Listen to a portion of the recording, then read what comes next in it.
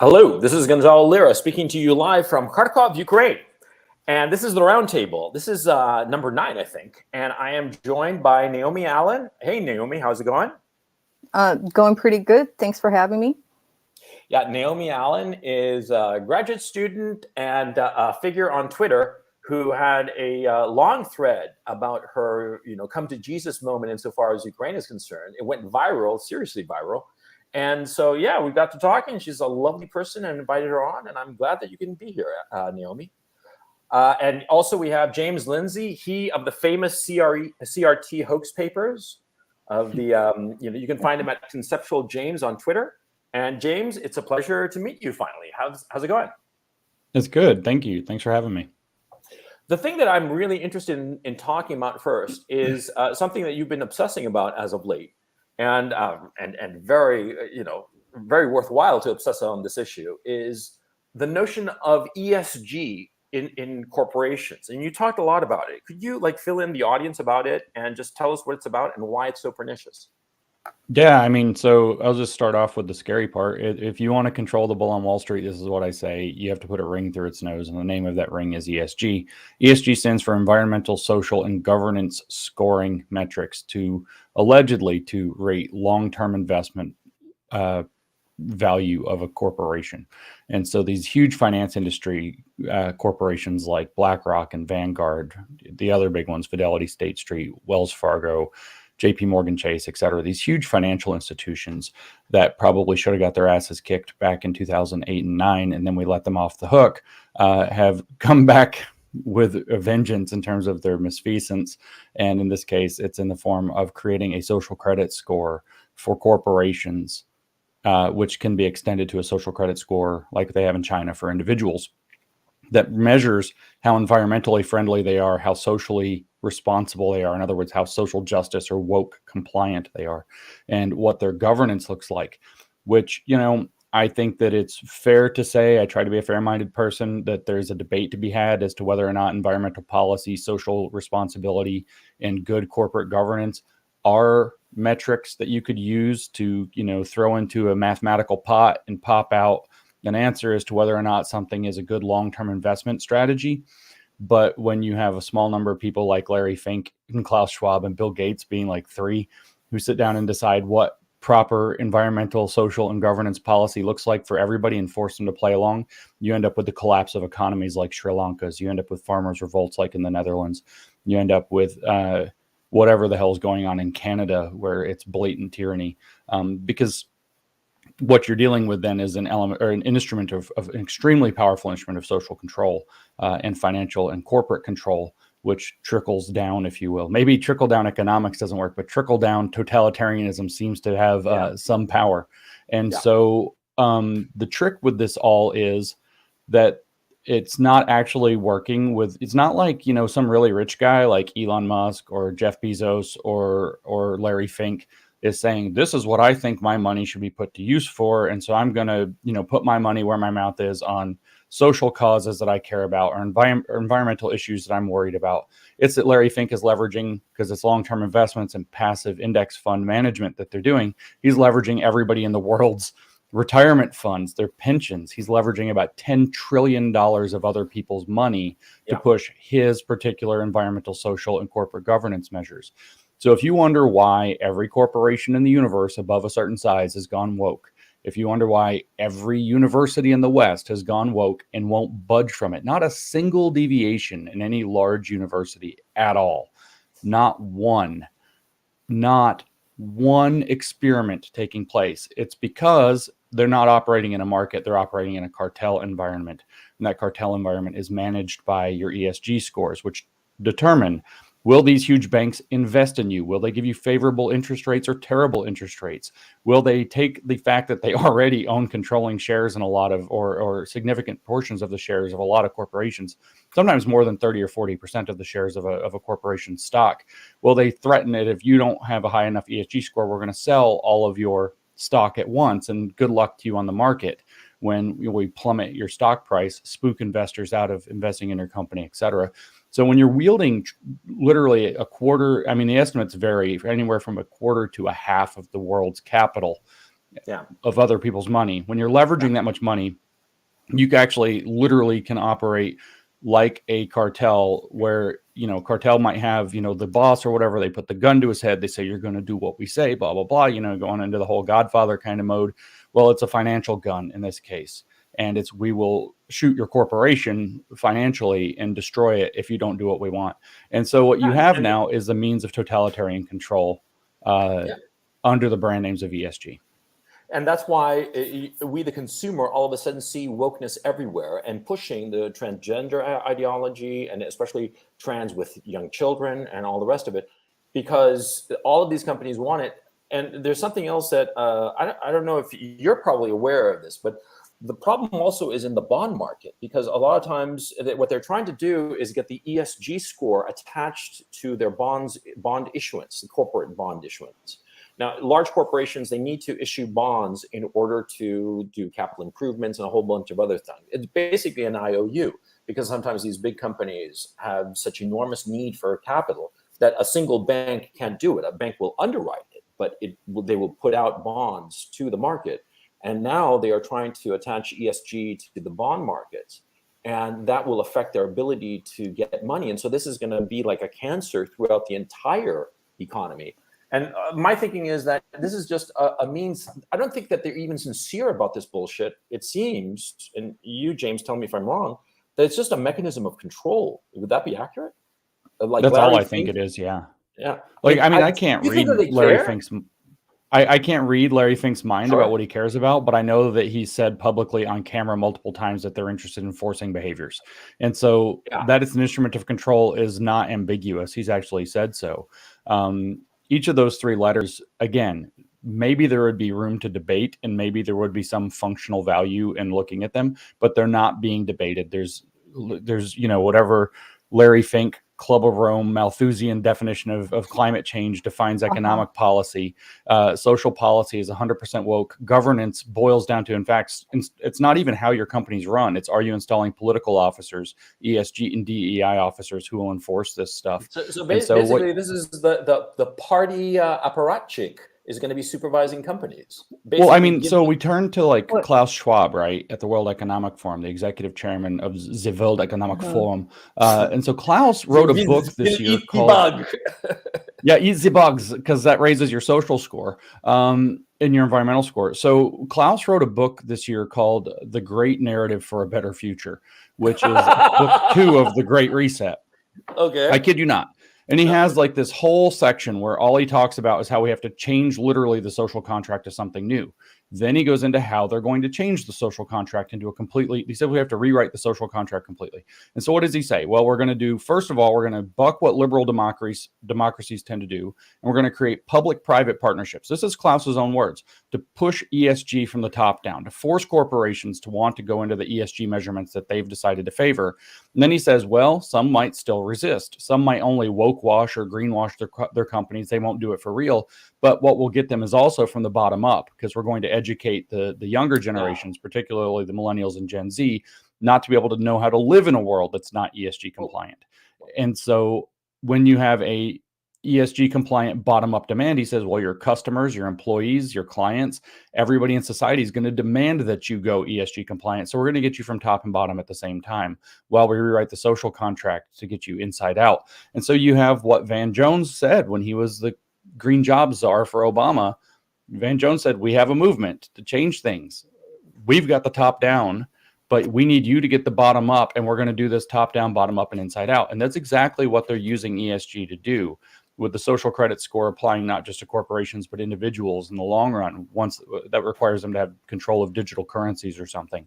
Yeah. But that's where that's headed, and that's what their agenda is. Naomi, go ahead. Naomi. Do we know? Hello. Do we know that he is a member of the Club of Rome? Okay, so no. What we do know is that the World Economic Forum was founded in 1971. The Club of Rome published their infamous limits to growth in 1972, and Klaus Schwab invited the people in charge of it to speak at the World Economic Forum in 1973. And if you read what that book, The Limits to Growth, which is kind of hard to get a copy of, but I found it and I read it and I put it on Twitter, Why do you think screenshots as it's I read hard to through it. get? Why do you think it's hard to get? Because it was, Deliberate? no, probably because it's bullshit and it's old. And that's usually enough to make a book hard. Who's going to print this thing again? It says, for example, that we're going to run out of metal in the year 2000. So like metals like copper and aluminum. Yeah, it turns out, and that's going to collapse the whole global system because their argument is that we have basically that the carrying capacity of Earth is artificially inflated by the systems of technology we've created. And so when we run out of certain key resources like copper, then or whatever else, then we're going to break the artificial system, collapse the carrying capacity, and billions of people will die and starve to death. So we need to figure out ways them to death now. Well, it says that we have to control fertility. I mean, it does say that we have to control fertility. It says that very explicitly. It says that we have to start thinking about managing the total population. And then it says over and over and over again, sustainability, sustainability, sustainability, in exactly the same way that you see Klaus talk about it. So is Klaus in the Club of Rome? I don't think so. I don't know. I know that in 1973, he brought these people probably in a very ill-advised way in the very formative years of the World Economic Forum. And then to this day, they repeat exactly the same things, except for the stupid, outdated predictions. In that book, The Limits to Growth, it reads like a Klaus Schwab book 2022. Well, what's interesting about all of this that you're telling us is that, see, the problem is that we have centralization of leadership that's become so centralized and so parochial. I mean, we do not have multipolarity in terms of leadership. We just have one very narrow pyramid, if you will. And it's not quite that there's one figure at the very top. I don't believe this bullshit that Klaus Schwab is, the dungeon master of the entire universe, okay? But I do believe that there is a very, very, very small parochial club that does not allow for any kind of divergent viewpoint. And because of it, it's all of a sudden, this is the view and that's it. And I tend to think that this is part of the reason that we're having this conflict with Russia and China, because both of these countries are getting big enough that they're not up for this unipolarity, rather, sorry. They want multipolarity. They want to have their own system, which is perfectly justified. And that's why I think that we're going to have a third world war. James, frankly, I think that we are in a third world war, or what will be called 20 years from now, the third world war. I think it started on the 24th of February. Naomi, what do you think at this point? Hello.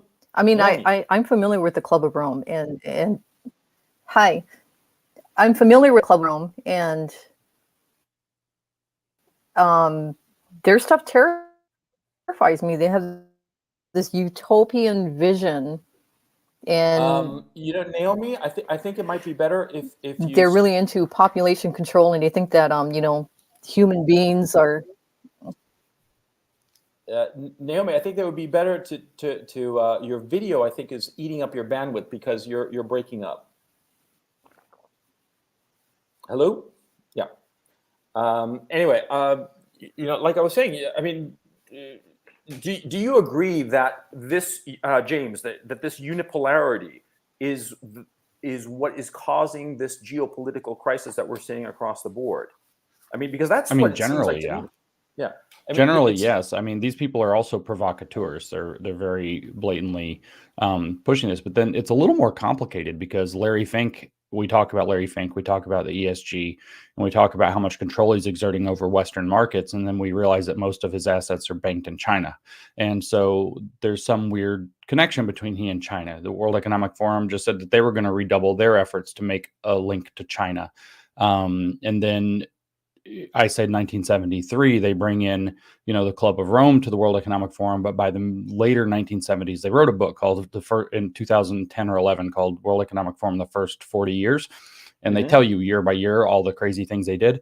And I forget if it was 75 or 76. So not very long in, they're inviting Deng Xiaoping from the Chinese regime in. He did not respond to the invitation, but he sent delegates, and they set up a Chinese in China, in mainland China, a World Economic Forum subsidiary meeting every year that took place. And so there's been a long partnership between the CCP and the WEF going back, 40 years just about at this point. So it's CPC complicated. but the CPC doesn't trust the World Economic Forum. I mean, That's that's right. None of these people trust each other. This is a huge point. And in fact, a lot of people, George Soros, for example, now we're going to just bring them all into the picture. George Soros is obviously very active with the World Economic Forum, but they also don't share the same model. And of course, China declared George Soros a terrorist and a demon. So they're not big fans of him either. So there's this tension between these people. They're not exactly one happy group. But I do think that the idea that there's going to be this kind of, at least unipolar control of the West that will de facto be a unipolar control of the world because of largely its military capacity and its wealth, is the kind of bargaining chip that's on the table that's driving kind of everything that we're seeing happening in the world today. What their ultimate purposes are, I'm not entirely certain. I have various guesses with various degrees of confidence. Hit me with the guesses. What do you think? Well, I think that China is what China is today because the West built China to be what it is so that we could use it as a monster that we scare people with to say we have to become like that. Look how fast they are. Look how efficient they are. Look how quickly they build. Because why? Because they're autocratic. Well, the West isn't autocratic, and look how slow we are. We're not competitive anymore. And so the opening of the Chinese markets to flood Western innovation, to flood Western money into China, isn't just a means by which China played the West and ensnared them by, the various means that, for example, Vivek Ramaswamy talks about very accurately.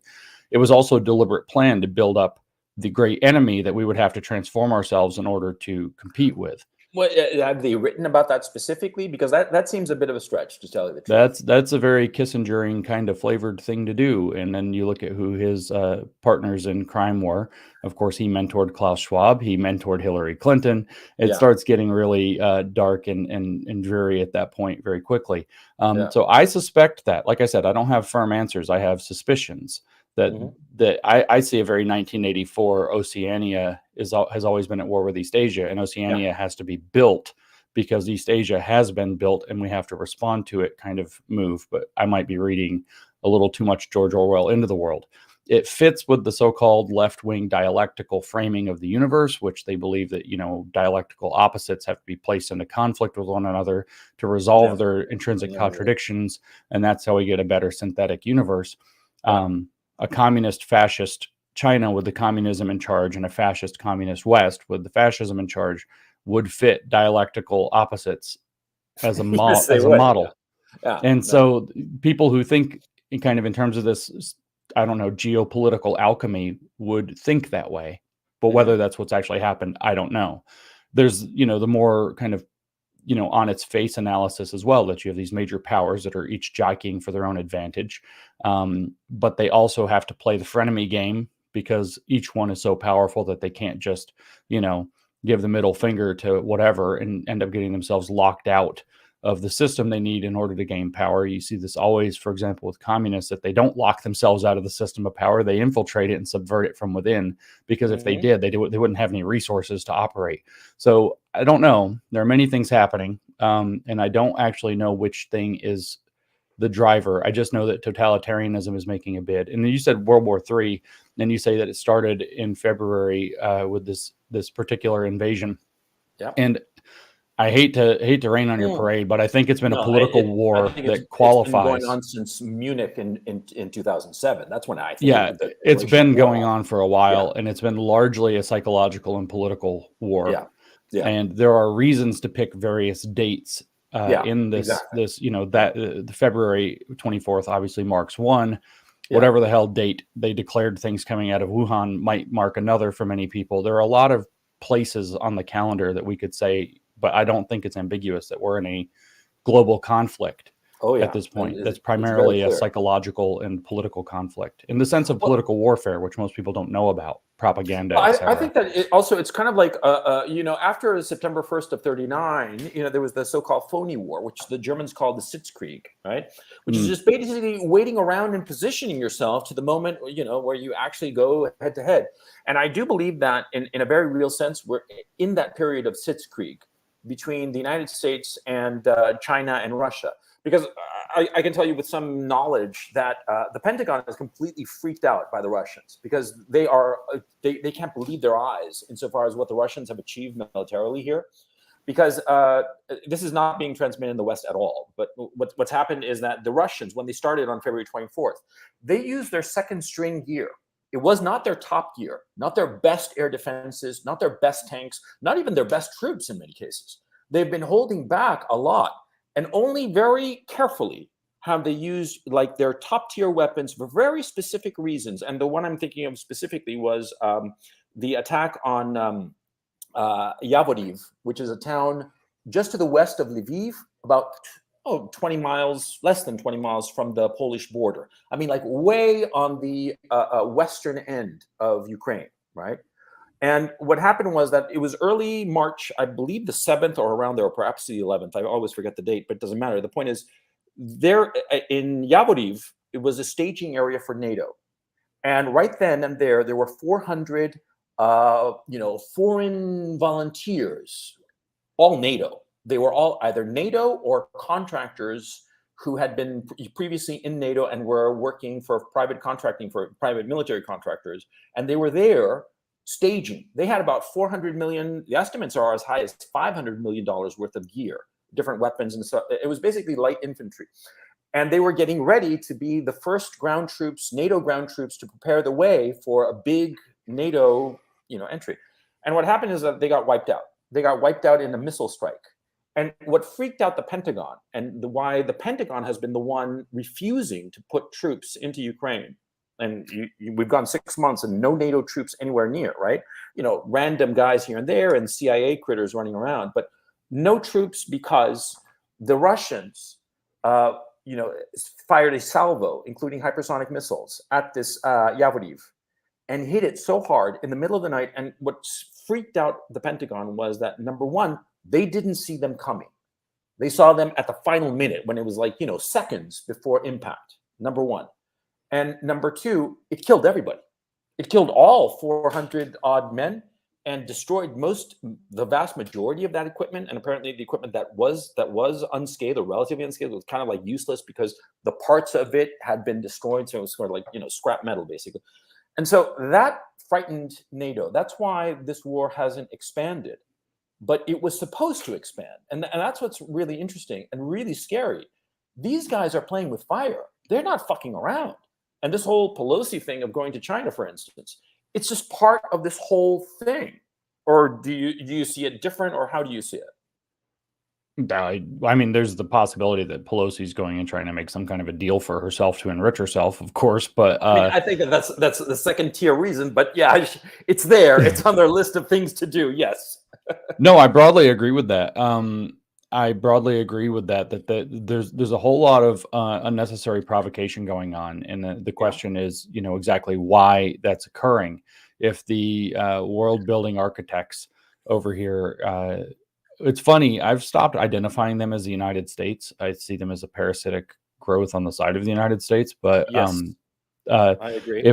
If they fit theoretically, and of course my job is to study the theory of these things, if they fit theoretically the mold of the old Hegelians, that would be kind of the nation builders who believe they have the one right system, then these kinds of provocations to get these kinds of conflicts to come into being so that they think that they can manipulate to their ends is exactly the kind of thing that they would want to do.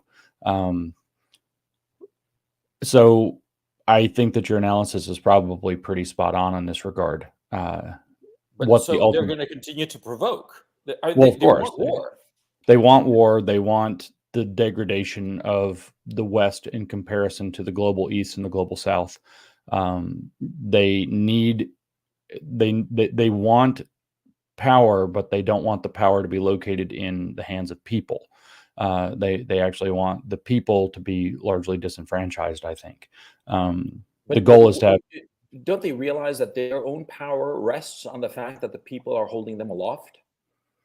Well, that depends on what they believe about their own technological capabilities. I mean, when we read the World Economic Forum papers, what they write, they think that we're on the cusp of total automation and people becoming largely useless eaters who become dead weight, not something that holds up their power. I heard Yuval Hariri, that guy, the guy. That guy Yuval is Noah scary. Harari. He's He psycho. is the most anti-human writer I've ever read. Yes. It's very I mean, he writes this book, Sapiens. It was an extremely popular bestseller. You know, there's It was all these astroturfed, people. by the way. It was astroturfed. I can tell you. Well, 'cause I it's have like if you, I don't know if you've read it, but it's literally, Yes. it's like, here's this thing that happened like 50,000 years ago in human history, and we don't know what caused it, but it was probably how bad humans are. And here's this thing that happened like 30,000 years ago, and we don't know what caused it because it's 30,000 years ago and there's no records, but it's probably how terrible humans are. Humans were setting fire to forests just to destroy them and their enemies and things. 30,000. I mean, it's just humans suck, humans suck, humans suck. And then he follows this up with the next book called Homo Deus. So we're not Homo sapiens anymore. We're not Homo economicus or whatever. We're now moving into an era of human gods. And it's all technological enhancement and transhumanist nonsense. And but it's not scary all guy. Only some humans, you know. Well, a very small portion of them, because otherwise you have a massive population and feeding people problem.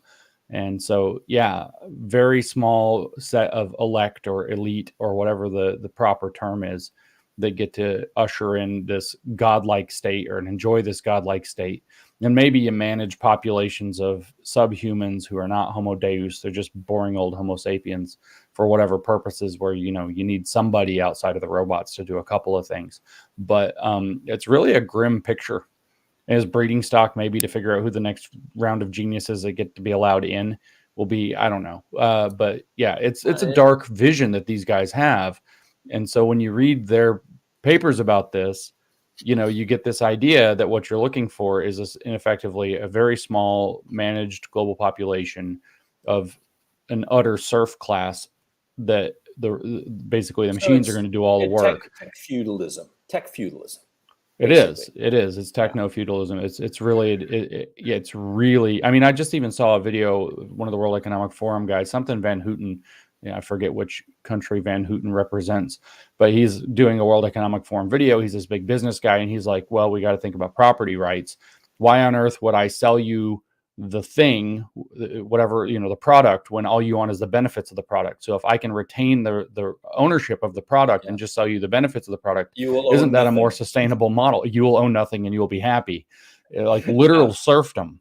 To corporations. You don't own maybe you don't own your underwear. You just rent them from Amazon for a while and send them back. I don't know. I draw a line at, you know, my own underwear. I will own my own underwear at least.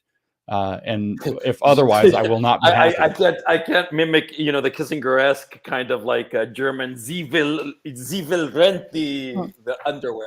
I can't do it. Everything you own, you will rent and be delivered by the drone, including the underwear. Yeah, but all I know. Go ahead, Naomi. All I know is that when I heard about the Club of Rome years ago, and I read their Limits to Growth book, I saw a bunch of rich, bored, control freaks who saw most of humanity as the what's the word now? They're the ones who are destroying the earth. Yeah, a virus. Yeah, we are the virus. Yeah, we are the virus that's destroying the environment. And, you know, so they wanted to reduce the population and have zero population growth. And I think that there are a bunch of control freaks. And I never heard the things that you were just talking about, James. It sounds like fascism to me. It is fascism. And maybe this social. No, it's not fascism. It's feudalism. It's feudalism where the lords at the top own everything. Well, actually, you know, James, this is an interesting question. How do you separate feudalism from fascism? What's the dividing line? Is it just industrialization? Is that the difference between feudalism and fascism? That might be. You know, I mean, certainly if you look at what Stalin had going on, he recreated, I mean, obviously Russia was in a feudal state when Lenin took over, but what communism what Marxist, I should well, say, theory Alexander or II had historicism. freed the serfs, so it wasn't quite feudalism. I mean, it was. It's like a boomerang, right? They Yeah. say that things are going to get better, but they actually boomerang back. So they're going to leave the aristocracy, but really they install a new aristocracy in the Communist Party and the Soviet. Yeah. And then they, which means council for people who don't speak Russian. And so the council of stakeholders is what they call they have now. It's the same thing. It's the same thing. And then that eventually devolves into a state of slavery, so that it goes backwards to a slave economy, and it eventually is supposed to boomerang around to a global communism instead of a tribal communism, because you're on a new level of consciousness, but you actually get back where you started. The Marxist historicism is we started in little communes, and it was kind of perfect, except they were estranged from one another. Then they started to dominate one another, and that's the fall of man. That's the introduction of the division of labor. And so then history progresses through these all these economic stages. And if you think of it as a line instead of a boomerang, you get confused. But the idea is to get back to the commune. It's not to go to the commune, it's to get back to the commune, but with a global consciousness instead of a local consciousness. And that's kind of the big religious picture of Marxism. And so, you know, you see what's going on and you're like, well, I don't know where do we split hairs on fascism, and where do we split hairs on, an academic question. What do they call it? State capitalism or whatever. Yeah, I've always thought it was kind of ridiculous. I think that the defining... Naomi?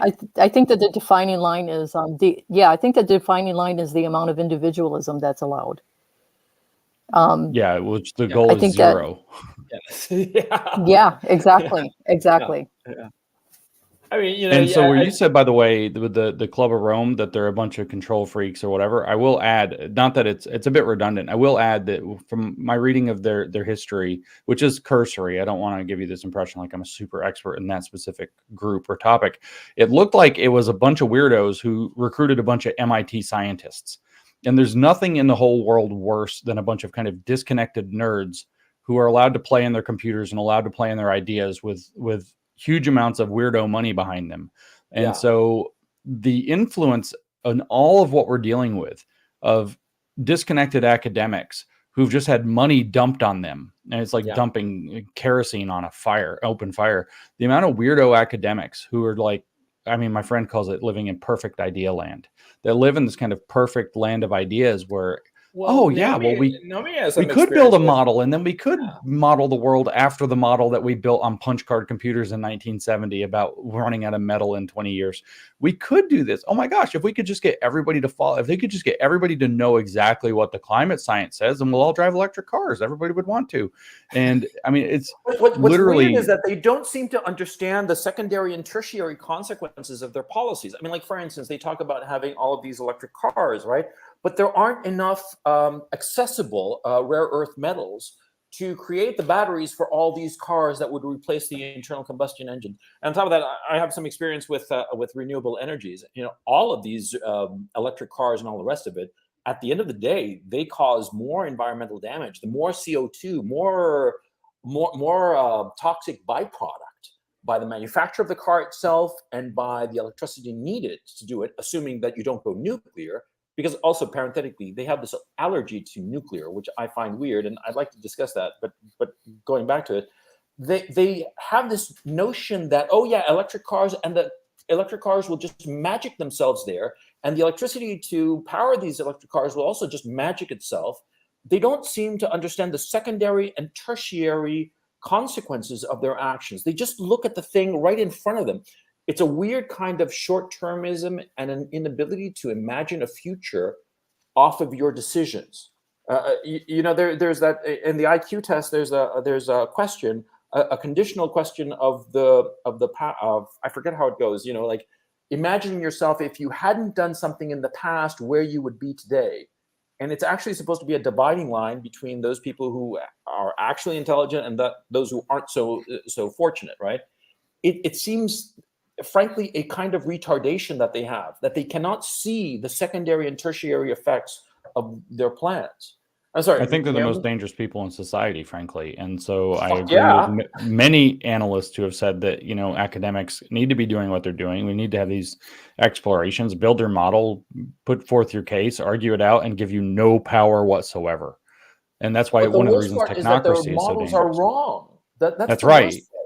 They're completely wrong. And when you, Yeah. I mean, we just went through a 2+ year experiment where we decided to believe very suspect models coming from very suspect Bullshit models. Yeah. bullshit models coming from CCP owned organizations like what's it, Imperial College London, the one that the only Western university that Xi Jinping has ever visited, and was like, this is our like crown jewel of the West. And it's like, that's the one that puts out the model that's like, hey, every country in the whole world, why don't you shut down and destroy your economies for 2 years, see what happens. So, you know, these models, I think they should exist. I think people should debate them. I think people should argue about them. I think people should try to find the flaws in them. They should try to make forecasts.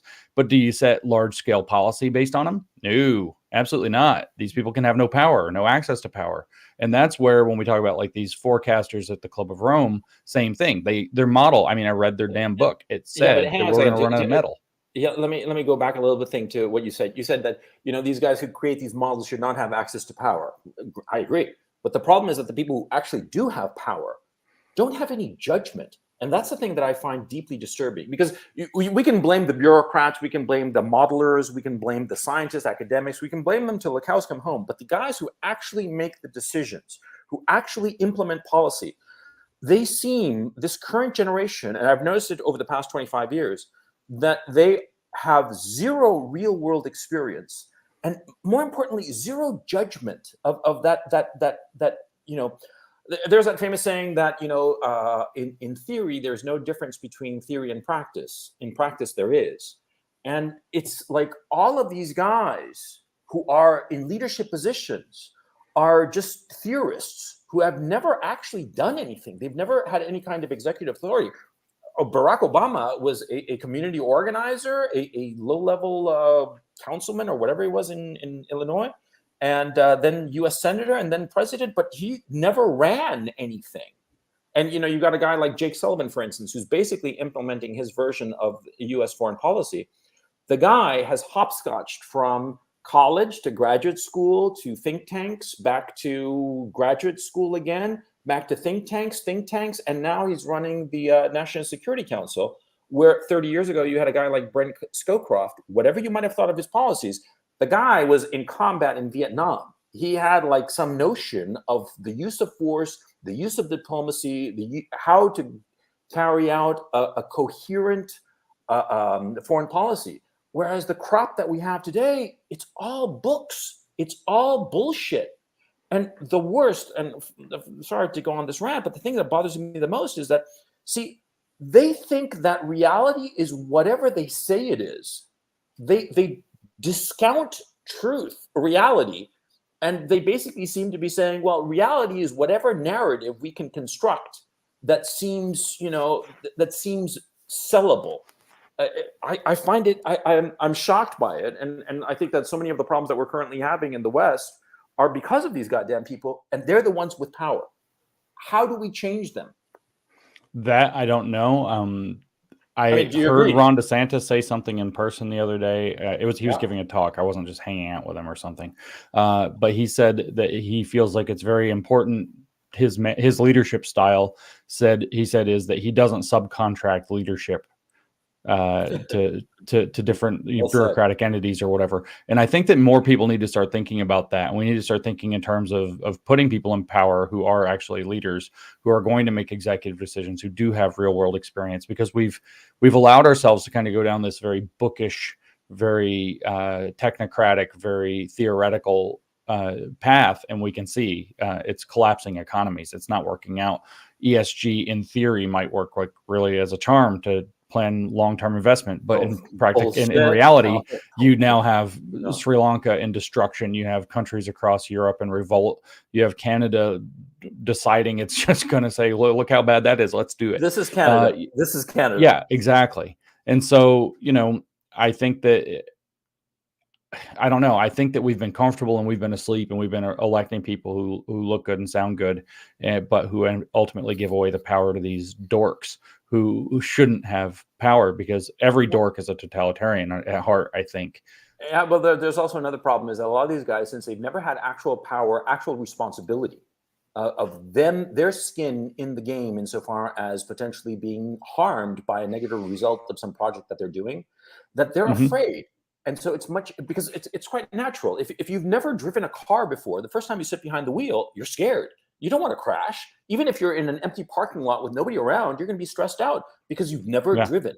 You've never had that responsibility. And so a lot of these guys have never had any kind of real responsibility. And when they're put in these positions of being responsible, they panic and they decide to cede the power, the actual power, to people who are good bullshitters or who claim that they know. But these guys will not suffer any of the negative effects. Even the people who are in positions of leadership will not suffer the negative effects of their decisions. Unlike in the past, for instance, where you had some warrior king would decide to go to war with some other tribe, and he'd be at the head of it with a spear. And if he had made the wrong decision, he'd be dead. So, at least there was a sense that there was a cost, a potential risk to him. But the leaders we have today are without risk. And on top of that, they're fearful. And so they do stupid shit. I mean, I'm seeing what they're doing here in Ukraine, and it's fucking horrifying, what they're doing. Because they're pushing the Zelensky regime to continue fighting pointlessly, throwing away lives. They are killing between 500 and 1,000 Ukrainian soldiers every fucking day for nothing. This is a disaster. And the reason it's happening is because Zelensky is controlled by Anthony Blinken, Victoria Nuland, and Wendy Sherman back in Washington, D.C., and telling him, you can't surrender. You have to fight to the last Ukrainian. Ukraine will be destroyed. There will be nothing left. There will be no people, no young people to build this country after this war. And the Russians are winning. They should have sued for peace months, plural, ago. And it's because of this arrogance of these leaders who don't pay any price for their bad decisions. Yeah. Sorry, I'm ranting, because I don't have a solution to this problem, and I don't think that anybody has a solution to this problem. Do you think that there is one other than just total collapse of the system and a rebuild? I think that I think that the reason that they're fighting so hard over Ukraine is because their corruption is centered in Ukraine, and they think when you say fearful, what I hear is that these leaders know that they're frauds, and they know that they're criminals, and they know that it's only a matter of time until something like the Hunter Biden laptop comes out and proves that they are. But Hunter Biden laptop is basically cute compared to the levels of corruption that they've been funneling through Ukraine. The deals that they've made with entities like the World Economic Forum and China, et cetera, that sell out their country. So we're talking literal treason at that point. And I think that what we're actually watching with all this acceleration is a race against the clock for them, because they know this stuff's coming out. They know they can't stop it, but they believe they can get an instrument of total social control in place before it comes out, before the economy blows up, so they can at least control the people, so it doesn't end up looking like what happened in Sri Lanka, where thousands upon thousands upon thousands of people are storming the president's house and throwing him out. He's fleeing on a naval ship while they're swimming in his pool and having a party and whatever else. And so I think that they. Can I ask you something? You think that you follow the January 6th hysteria, right? Of the ruling class, of the Washington, the Beltway people. Yeah. Do you think that actually what's going on there is that they're really, really scared that January 6th will happen for real? And that's no. the hysteria Well, now? I mean, depends on what you mean by that. But they show up with real shotguns and real AR-15s and start, blowing away Congress critters, No, I actually think that what they're doing is they're trying to project onto a scapegoat the fact that they pulled a color revolution in the United States. So they're trying to make it look like somebody else attempted it so that nobody pays attention to the fact that they actually did one. Yeah, that makes sense. Yeah. Yeah. It's way cheaper. It's way lower production. Yeah. It's not even a B movie. This is, I don't know. I said the same thing about January 6th that I said about COVID-19, that I said about the Ukraine conflict when it broke out, which was to paraphrase John Baudrillard, and the relevant event did not take place. In other words, what we're being fed about the thing is fake. Things are happening. An atrocity is happening in each case, but we're being fed a complete narrative. The thing that they call January 6th, the thing that they call the Ukraine conflict, the thing that they call COVID-19 are not real. There was a virus. There is a conflict. There something happened at the Capitol that looks like it was just ridiculous and stupid. but oh my God, it's the insurrection. It's worse than the Civil War. You know, this is pretend. This is all hyper real pretending. It's postmodern nonsense. It's an episode of Veep gone really bad but with literal geopolitical consequences. It feels like end stage Brezhnev, to tell you the truth, but like with the volume turned up to 11 or the speed turned up to 11. You know what I mean? It's just this weird fakery everywhere. What was the name of that expression? Hypernormalization? Was it that the Soviet used to call it for the Brezhnev era? It doesn't matter. It's just, I don't know that. Yeah, it doesn't matter. But the point I want to say is that, see, what's really fascinating is that when you show people the actual truth of what's going on, it doesn't make any effect. It doesn't dent anything. Mm-hmm. Even if you manage to convince one person or more as to that things are different, it actually does not have a wider effect. Do you think it's just because they're able to control social media so effectively? Or do you think that there are so many people who just don't care? They're bombarded with so much information that they're so like, I'll outsource the leadership to these people who seem to know what they're doing, and that's why they're running riot. My experience is that literally people have been asleep. They haven't realized that things are fake until quite recently. And as a matter of fact, I think the decisive moment for most U.S. citizens and many people around the world was when, for COVID-19, it was like the biggest thing in the universe that you can't leave your house unless you're going to go burn down a city for George Floyd. Yes. And it turned out that was a breaking point. And I think, like, I just had a conversation with a young person the other day, my friend's son, and he was talking to me about this ESG and Klaus Schwab and the World Economic Forum. And it was like, he's just having that moment now where he feels like he's been lied to. I've talked to people in leadership throughout the United States at state level and at the federal level about whether it's ESG or, you know, the queer theory crap or the gender indoctrination and the CRT stuff. And it's, what I've seen is it's just people who there's like, I've heard of that, but I don't know what it is, everywhere I go. And so we're in this process. The term for it is slang term is red pilling, where people are very rapidly realizing that they've been massively lied to. And up until, you know, on kind of political time, up until about 10 minutes ago, people thought they could trust what was on TV. They thought they could trust what was coming out of their politicians' mouths. And now that is a rapidly shrinking phenomenon in terms of people having that trust. But we're now in that kind of, it's not quite the Soviet demoralization, but we're in this phase where nobody knows what to do because we know we can't trust the authorities. We can't trust what's on TV. About a third to 40% maybe of the population still thinks you can. But we don't know what to do with the fact that we don't have institutions we can trust to make sound decisions. And so what I'm detecting is that people just haven't been aware, and we're just now kind of waking up very quickly to how deeply we've been lied to. And it's like one of those things where you start pulling the thread and it just keeps coming and keeps coming. How long have we been being lied to? You know, did the Titanic sink by itself? You know, you start pulling the thread all the way backwards, you know, 100 years. Because you start getting all kinds of these weird skepticisms about things that are like obviously true. Like, for instance, one of the things that really chaps my ass is the whole thing that nobody went to the moon in the late 60s, early 70s, right? And the thing is, see, I don't know anything about rocket science. I don't know shit about space travel, but I do know about photography and video. And I can tell you, just looking at the pictures and the video, the only place that stuff could have been made is on the moon because of lighting, because of the use of the video, the contrast, all kinds of reasons that I can point to and say absolutely positively that could never have been filmed anywhere on Earth. Kubrick did not fake it because he didn't have the technology.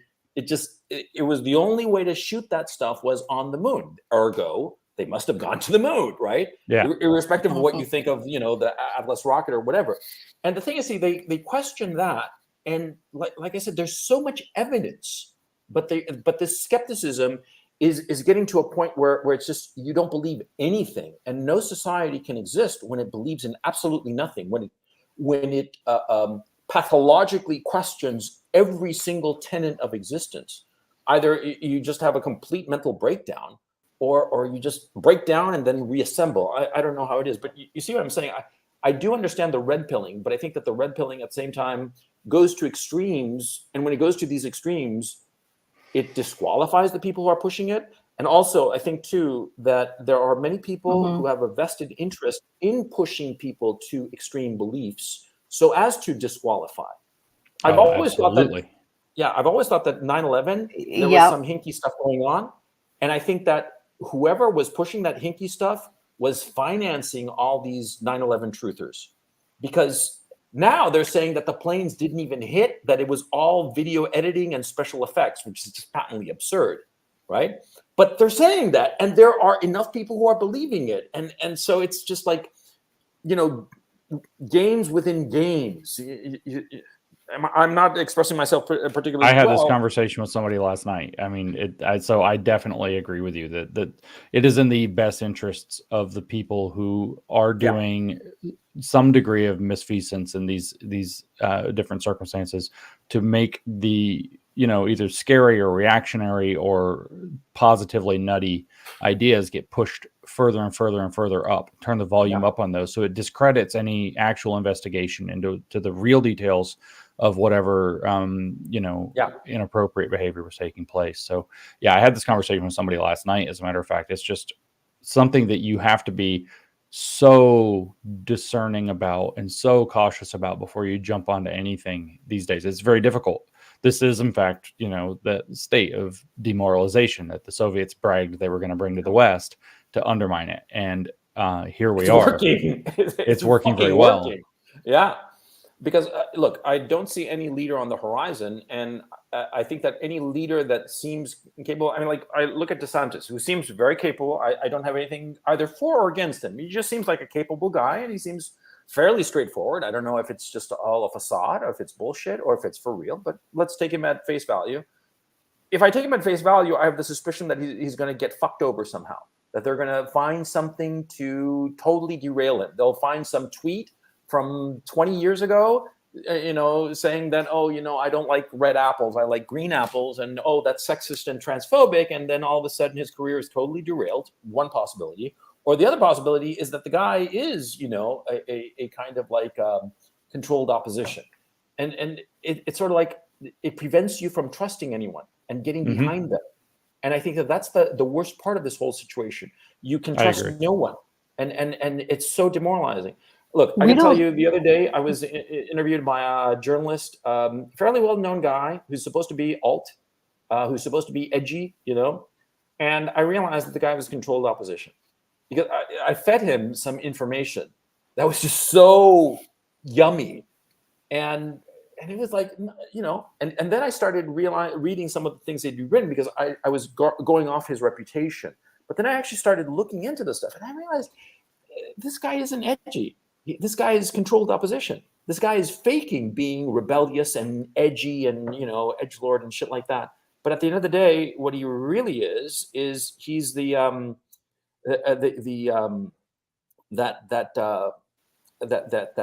photoshopped edgy guy in the Levi Strauss advertisement. You know what I mean? He looks the rebel, but you know, he ain't no rebel. You know. Yeah. He's a rebel from Madison Avenue kind of thing. And it's so depressing that this is the society we currently have. We can't trust anyone. I'm sorry, Naomi, I cut you off. What were you going to say? Please. I was going to say that I think a lot of people are doubting the narrative, but they don't know how to talk about the truth. And so they just don't say anything. I mean, even on social media, the only ones who are defending the narrative are the trolls and people who claim to be Ukrainians. But nobody else is saying anything. They don't know how to talk about it. They just don't know how to. And so they're slipping into, I don't know, a type of apathy where like, oh, I'm just not going to pay attention anymore. You know, they're going to go back to that. There was a really interesting movie a few years ago, 2 decades ago, called Fast, Cheap, and Out of Control. It was an Errol Morris picture. You know, the documentary filmmaker of The Fog of War, that kind of stuff. And he, in the Fast, Cheap, and Out of Control picture, it was basically him interviewing 4 guys. One was a computer science guy. One was a specialist in mole rats, and the other was like a topiary gardener, right? It was just random people, but very interesting. They were all obsessed about their work. And the 4th figure was a lion tamer. And what was fascinating about the lion tamer is that he had spent his entire life, the guy was an older guy. He was like in his late 60s, perhaps early 70s even. And he had spent his entire life being a lion tamer. And he talked about lion taming with incredible detail and, you know, granular level. And he explained why lion tamers use a chair with 4 legs. And it was really fascinating and so simple, because he said, if you have a stick, just a simple stick that's just one point, a lion is going to see that stick and swipe it away and attack you. But when the lion sees the 4 legs of a chair, it gets confused and it doesn't know which one to hit. And so it just gets bored and looks away. And I thought, that's our information environment at this time. There are like multiple legs of a chair that are being poked at the lion of the people. The people are far stronger than the people wielding the chair, just like a lion is far stronger than a lion tamer. But with this distraction of the 4 legs, and you rotate them, and all of a sudden you're Ukraine, I stand with Ukraine, and then Johnny Depp and Amber Heard, and then I stand with Taiwan, and you just keep on rotating these 4 legs, and I think that's the problem. And the thing is, see, it's all good and fine to give a diagnosis of the problem, but the issue becomes, how do we get out of it? That's the thing. I mean, how? You tell me. You guys, you're smarter than me. That's why you're here. I wouldn't have brought you on, Naomi or James, if you weren't smarter than me. So give me answers. Well, what I would say is, if you're the lion, you got to pounce straight at the chair. The thing is that you can tame a lion, because the lion, felines don't have particularly large cranial capacity. I guess is a way to phrase it. Individuals are smart, but people, this is like a group, are stupid. That's true. But this is, again, it's what I see, and I understand that this is within the bubble that I am occupied within, is an increasing number of people where, when they try to rotate the chair and they try to switch the narrative so it looks like another one of the legs of the chair is coming at your face, it's immediately like, we see what you're doing. And we're increasingly kind of coalescing. Maybe it's not on the guy, but 6 months ago or 10 months ago, certainly 10 months ago, because that's when I started a campaign, a meme campaign to make it happen. Nobody knew who Klaus Schwab was. Nobody had the slightest idea what the World Economic Forum was, or that it was pulling strings. Now you have people literally, running for office, and what constituents are showing up and asking, and journalists are showing up and asking, what's your allegiance or ties to the World Economic Forum? You have to answer to this. A video comes out that was probably, intentionally leaked out of context to discredit Donald Trump, whatever you think of the guy, of him standing with Klaus Schwab at the World Economic Forum meeting the one that he actually went to, where he gave a speech and, crapped all over their vision. But he's standing there saying, oh, as Donald Trump does, oh, Klaus has done wonderful things. He's great things, big things happening, big things. So they put this video out, and instantaneously, a bunch of people fell off the bandwagon. But then a bunch of other people said, who put out the video? And so what it is that we have to continually, those of us who have some sense, and even if it's just distrust, and sometimes if it goes too far, we have to constantly try to bring the focus back to who's putting out the narrative. And let's focus on who's putting out the narrative. So when the Ukraine conflict broke out and everybody in the universe went like balls to the wall, blue and yellow, and they put the flag in their Twitter and their whatever else, and everybody's like Ukraine this, and to fly the flag everywhere, there was a small group, but a dedicated group, who was very diligently saying, look past the flag, look deeper. We don't know what the answer is, but look deeper. We're not saying Putin good guy. We're not saying, whatever. Look deeper. The narrative is fake. Yeah. Let's try to get to reality. And it took a few weeks to kind of like, you think of it like the Palantir, those stones from the Lord of the Rings, and I thought you were talking about the company. That's fucking. Well, yes. How about that? But you take the stone, the little hobbit looks in the stone, and Sauron grabs his gaze and controls what he sees, and it happens. You think, oh, it's just a stupid little hobbit, but it happens to the great, steward Denethor or whatever, the powerful guy or whatever administers. And so the bad guys are controlling your vision, but then. What is the story? It's like people like Aragorn can use their will to wrench away the control from the other thing. And what I look at is how quickly has this happened in the different major psyops. Took a long time with COVID. Long time. Oh, yeah. Yeah. But then people started to, enough people, a critical mass of people started to be skeptical. You're not going to get everybody, but a critical mass of people to where there's actually argument and debate that they have to suppress. Then what happened? Well, there was the election. And then there was... this Ukraine thing was actually pretty quick. largely normal people who Goddamn are was like, fast. put the flag. They're like 3 weeks later, they're like, I don't know if I want to put my chips on this. 2-3 weeks. And they're already like, they've had they're not staring into the hypnotizing eye anymore. Maybe they're caught up. Maybe they don't know what they're doing. Maybe they're repeating talking points. Maybe they're falling for some propaganda, but they're not gazing into the spiral eye. Hey, listen to me, listen to me. Yeah, what happens also is that, for instance, these color revolutions that have been going on for the last couple of decades, right? The last ones, starting with Belarus in 2020 and then Kazakhstan, they got nipped in the bud awfully fast because people knew what was coming. Or let me rephrase that. The Russians knew what was going on. Yes. Sri Lanka fell for the color revolution because that's what this was. That's this was right. a manufactured famine coupled with a color revolution. I mean, and that's pretty interesting in and of itself, that they need to manufacture the famine in order to have a successful color revolution. But the countries that are Russia adjacent, if you will, they caught on quick what's going on. And there's fast. They would offer Putin, for example, for his background alone, would have an obvious, deeper understanding of how these things operate. Than your average bear. And so this is the thing, though, is, I mean, I read this, and I'm trying to remember where I read this, but I read this some months ago.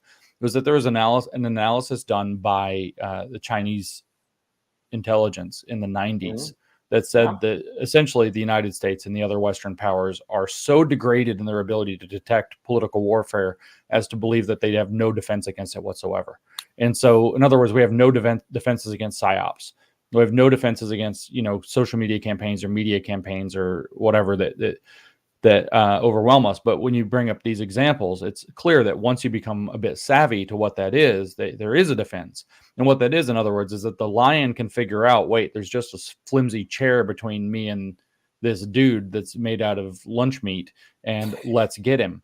The trick is, when do you fall into it in the case of like Sri Lanka, where, they get rid of the guy and now they've got the World Economic Forum master that for some reason they're not kicking out. A successful awakened populace in Sri Lanka would have seen this new guy get put into power and immediately kicked his ass out too. Like, oh, you think you're going to do this to us? Get on the boat. It's time to go. That's your best bet, and just to continue to do that. Video of the guy running to the boat with a little carry-on bag behind him. Yeah, I wonder what the hell was in that bag. Was it money or clothes? I don't know. But I don't know. Funny. It was probably not rented underwear. That's for sure. His own underwear, probably at least one pair. So, but this is the kind of thing. It's how do you deal with the lion tamer thing? Is how do you, when they shift the gaze to the new current thing, and even knowing that they do a current thing is a thing. Yeah, that's the thing. I think that was essential when they named it, and they said, and that's what Naomi's point is, that how do you identify this stuff? And they named it the current thing, and instantly it's like, oh, it's the current thing. Oh. And it becomes a sophistication insofar as the information. But I'm sorry, I cut you off. Please go on. No, I think that's generally the answer. And then you start asking questions and you start revealing bit by bit the information. Who's the one driving this thing? Why does it keep changing forms? Who paid for that? And then you find ways, whether it's hopefully mostly through legal means, to target those entities and get them shut down or get them unable to do things. And at the very last level, which is also the first level, it's like that bell curve with the first and the last guy, the idiot and the savant agree, and the moron in between is screaming. The midwit meme, that's what it is. And so what first and last is that you make the public more and more aware of how this game is being played. To the point where they can't, the tricks don't work. Like the meme that went around virally repeatedly every time they put out some article or whatever with Indiana Jones and the beginning of Raiders of the Lost Ark, swapping out the virus for the climate change globe. That right there, it's like, okay, so now we just don't believe anything they say about climate change for the next 6 months, period, because we see what they're doing. That actually really puts a wrench in their works. They need some degree of buy-in. They really can't tolerate a critical mass of people who are going to reject it. And a critical mass might be as small as 4 to 5% of the population. It can really screw up the implementation of these plans. Yeah, but the obvious question, I mean, all of this, you and I are in complete agreement about all of this. And so that's not the issue. The issue is, how do we replace these goddamn people? with some Oh, yeah. sort of sane leadership. That's the issue. Exactly. I have answers Exactly. I don't I want to mean, say. we can. Okay, go ahead. No. Uh, That's the whole point. Come on. Nuremberg too. Hang them. Nuremberg 2. I think we're going to have to get a little bit heavier than that, man. Okay, I'm thinking Nuremberg just flat 3. out, Stalinist purges, if you ask me, because There I don't will think that have you to can be. remove this cancer with just Nuremberg. Because, like, look at how Soros, for instance, he financed the DAs. And so many of these DAs are wokesters, and they're fucking nuts. This whole notion that, anybody can shoplift anything under $1,000, that you can crap and pee wherever you want and nobody's going to say anything. This is a breakdown of civil society. You can't allow exactly this. what it is. And Soros is the one funding it. And so these are the people who are supposed to enforce the law. And so how are we going to get Nuremberg 2.0? That's going to have to be independent. So what that looks like, it is going to look like a replacement of the existing regime that then cuts their existing regime off. Mm-hmm. And what that looks like as a mass movement over the next 2 decades, I'm not sure, but it's not going to happen overnight. As far as, trials to spook people, et cetera, that could be in the shorter term. But I mean, I just put out a meme on Twitter the other day that we should condemn McCarthy and his McCarthyism, the whole thing. Mm-hmm. Why should we condemn him? Because he didn't finish the job. He let it go. They stopped him and they turned him into a bad word. And so we are actually going to have to root out these subversives and these provocateurs, and we're going to have to replace them. And it's going to have to be a thorough make or break deciding point for society, because the technology now is powerful enough to where they can do some truly dangerous things. And we're on the cusp of them being able to do things that are possibly the end of freedom, period. Yeah, look, I'll tell you the thing that particularly scares the shit out of me. I mean, really, no fooling around. See, the dollar is clearly hyperinflating, and it's just ballooning, and I don't think that there's any way to stop it. First, we're going to see the collapse of the euro. That's going to be a nightmare and a half all on its own. I mean, like a real nightmare. I mean, the COVID lockdowns is going to be peanuts compared to what's going to happen to Europe this coming winter. Okay. Now, once this wave hits the United States and the dollar really tanks, because they're going to start, money printing machine go burr, right? Yeah. Once that happens, with things get priced out of sight, food, just as a practical matter, impossible to buy, they're going to start to have some rationing. Impossible as that may sound, the United States has had food rationing in the past during the Second World War. Okay, so it's not inconceivable. So the issue becomes, if you start rationing food, you are going to have to come up with some sort of currency, some EBT, that is not dollars, but some sort of special currency, some created electronic currency with which to buy food. Now, look, my family comes from Chile. Now, the reason I did not spend my early years in Chile was because the Allende regime had targeted my own family for assassination. Okay, this is the truth. And insofar as the Allende regime, between 70 and 73, in 3 years, they completely tanked the Chilean economy. And they had rationing boards. They were called the JAPS, Junta de Abastecimiento y Precios, which means committee, the famous word, committee of supply and prices. And it was basically a rationing board. And everybody would get their rationing card, their little thing, right, for their weekly food. But the thing is, see, if the little committee, your local committee, considered you politically unsound, you didn't get food. You'd have to go to the black market. And so it was a way for, political punishment towards those people who are considered enemies of Allende. That's something that, of course, nobody in the United States or in Europe talks about, but it's the truth, And yes. You know who told me the story? It wasn't, my very aristocratic grandmother. No. It was our very respectable but lower middle class maid who lived through those period, who would tell the stories, and she was outraged and freaking out, and she saw it, and she would tell me as I was growing up, right? That actually happened. That could happen in the United States only on a far more higher technological level. Yes. But the basic outline whereby you have an EBT card and you have electronic credits. But if you don't have the right credit score because of carbon, because of COVID, because of you said the wrong tweet or the wrong Facebook post, no food for you. Yep. Is this is what I'm thinking we're going Yes. towards, and I would not be Yes. surprised if we see this by the end of 2023, 2024. Yes. I mean, insane as this may sound, am No, I this is high, correct. or No. you would agree? No, they have to get people. The social control mechanism depends on controlling their access to basically buying and selling. To phrase it biblically, they are literally needing to use central bank digital currencies that they have complete control. And so, as Majid Nawaz puts it, to turn the entire economy into coupons that they get to decide how everything works. I'd never heard that line. That's a good line. Yeah, and so they tried to force people into this system through the vax passes. That didn't work. People did not, by and large, go into them. That has more or less been defeated. It probably is not going to make an easy comeback. And so the next thing is, I think that they're going to starve people and force them into, and debase their currencies to force them into the electronic currency that they want them to use, that they have complete control over. And so if you realize that their mechanism of social control requires them to control you at the level of a central currency that they have all the power over, that they can monitor, that they can turn on and off, that they can attach a social credit system to, etc., then you have to realize that all their plans point in the same direction. So all of the different things they unleash on the world have that as an endpoint. It's how do you get to X? And that's what X is.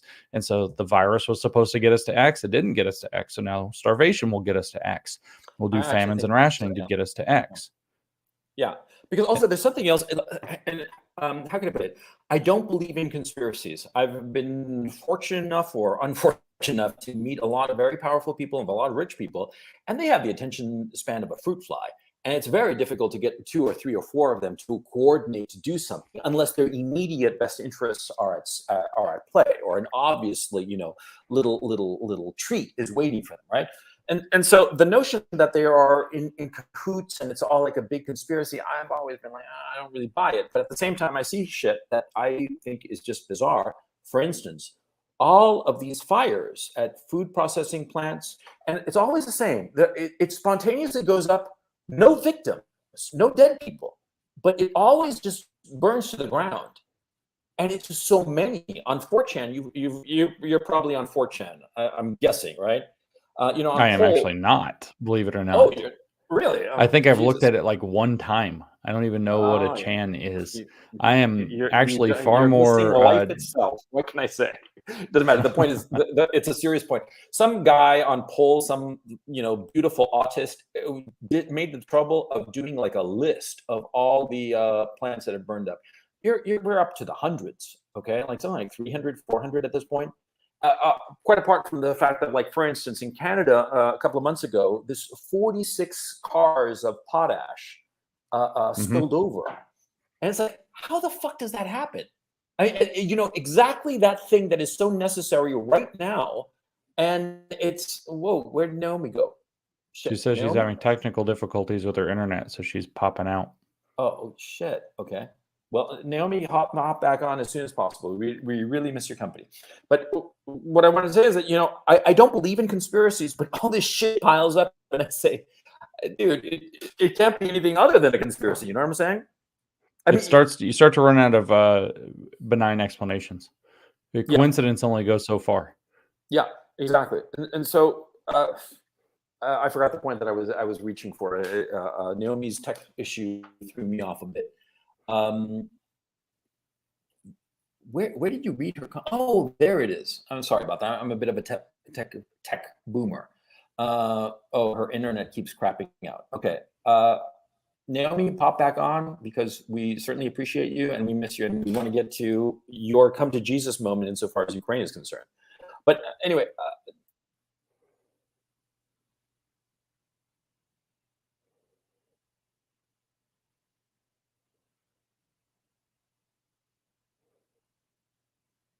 hello, you there? Hello. Something Are froze. You there? Yeah, I'm back on. Are you there? I'm here. James? Okay, great. I don't know what happened. It's very quiet here in Ukraine. I don't hear any shelling. Although I have to say, just parenthetically, over the last 4 nights, basically, at nighttime, there's been intense shelling. And for some reason, at 4 a.m., at exactly 4 a.m., the Russians are shelling the ever-living shit out of something. They're hitting it like 4 times in a row, every time at 4 a.m. I don't know what they're aiming for. And I haven't been able to find out myself. But then again, I haven't really gone looking to find out the damage. But because it's at a range of maybe 5 kilometers, 3 kilometers from my current location. But they are definitely bucking for something. They're trying to hit something. And it's been 4 nights in a row. Anyway, okay, suppose this. So we have this.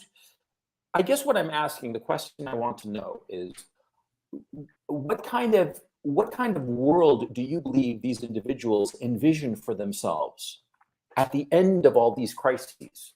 Because, when you and I strive for something, you want to have some position, I want to have some position or achieve some goal. It doesn't matter what it is, right? I can imagine the plateau. It's a climb, and I get to the plateau. And I want to ride that plateau for a while. It's not going to be an endless climb, rather. I want to know what that plateau looks like to these people. Do you think that it's basically they're going to be sitting around in a very small room, smoking cigars and having nice sherry, while the plebes are starving outside? I mean, what world do you believe that they envision for themselves? So forget about the other people. For themselves, what do they want? That's actually not difficult to guess. They want a perfectly consistent and plannable economy with no booms, no busts, never economic bubbles. Everything is perfectly forecastable so that they can generate steady growth that's positive growth that they mop up most of the profits off of, overwhelming proportion of the profits off of. But there's never the big boom, never the big bust. Well, no, there were still like, housing bubbles and other market bubbles where the economy has an up and down instead of just a smooth monotonic increase in value that they skim large percentages off of. So they, I think, envision a world, and I think this because they say this, that where you can get ahead of the possibility of these. Klaus Schwab talks about the acceleration of technology in the world and the way that it will destabilize things like economies and populations, so that things will happen less and less predictably. You read papers, for example, there's a paper about social and emotional learning in schools written by Ben Williamson in 2019, and they say that the point of social and emotional learning is to gather reams and just volumes, terabytes, yottabytes or whatever of psychodata on children and on people, so that, and they say for instruments of social control and economic forecasting, the goal is to have a completely forecastable economy where they decide who are the big winners are going to be, and those people reap constantly a steady harvest off of. But what you're talking about is that they want a static world, and that's a dead world. Well, I mean, they call it a circular world, a circular economy, where you have a relatively small, maybe it's relatively small population, but it's a relatively small economy where its outputs become the inputs for the next stage, so that everything stays perfectly sustainable. And you have they don't want to end growth. They want perfectly sustainable growth that can't possibly outpace what they think that the carrying capacity of the environment can maintain, while they, again, mop up the profits. If you think that who's driving this primarily, well, it's long-term investors, it's pension fund managers, it's index fund managers who are looking at 30, 50-year investments. What's their model of how they think about the world? Well, how do we ensure that this thing over the course of 50 years continues to gain value at a predictable pace? So what they want is a completely predictable world where there's no huge booms and busts, a bust obviously creates massive social unrest that might depose them from their positions of power. People might blame them for the busts and kick them out or imprison them for their crimes where they've committed them. They want none of that. They want a completely smooth and sustainable world where profit is generated. They mop up most of the profit, but it's completely predictable, completely bland like oatmeal otherwise, and everybody can be quote unquote happy and content in that world. It's a it's not exactly the vision that Karl Marx lays out for communism, but it's very similar. It's that everything just kind of works, and it just kind of keeps working, and everybody gets to reap. And for them, everybody is the people like themselves. They get to reap what's going on. No, though I said it's not like Karl Marx, because they believe that they are the rightful inheritors of that wealth and that value, because they're the ones architecting the world that's going to be the flawless, imperturbable world. No volatility whatsoever. So they want a minimally volatile economic and social circumstance that they're in control of and can profit off of, like a long-term investment. They can guess that it's going to have 11% or 8% or whatever growth per year. That's going to be, overwhelmingly their share. Static. And so I don't think they intend that the majority of people are going to starve. I think that they intend that the majority of people are going to be managed like zoo animals. They have their lot, their small little thing in a smart city. They get to have their little meaningless lives and play on the computer and live in the metaverse and order food from, drone delivered Uber Eats and carry on in whatever capacity, and everybody will be happy enough.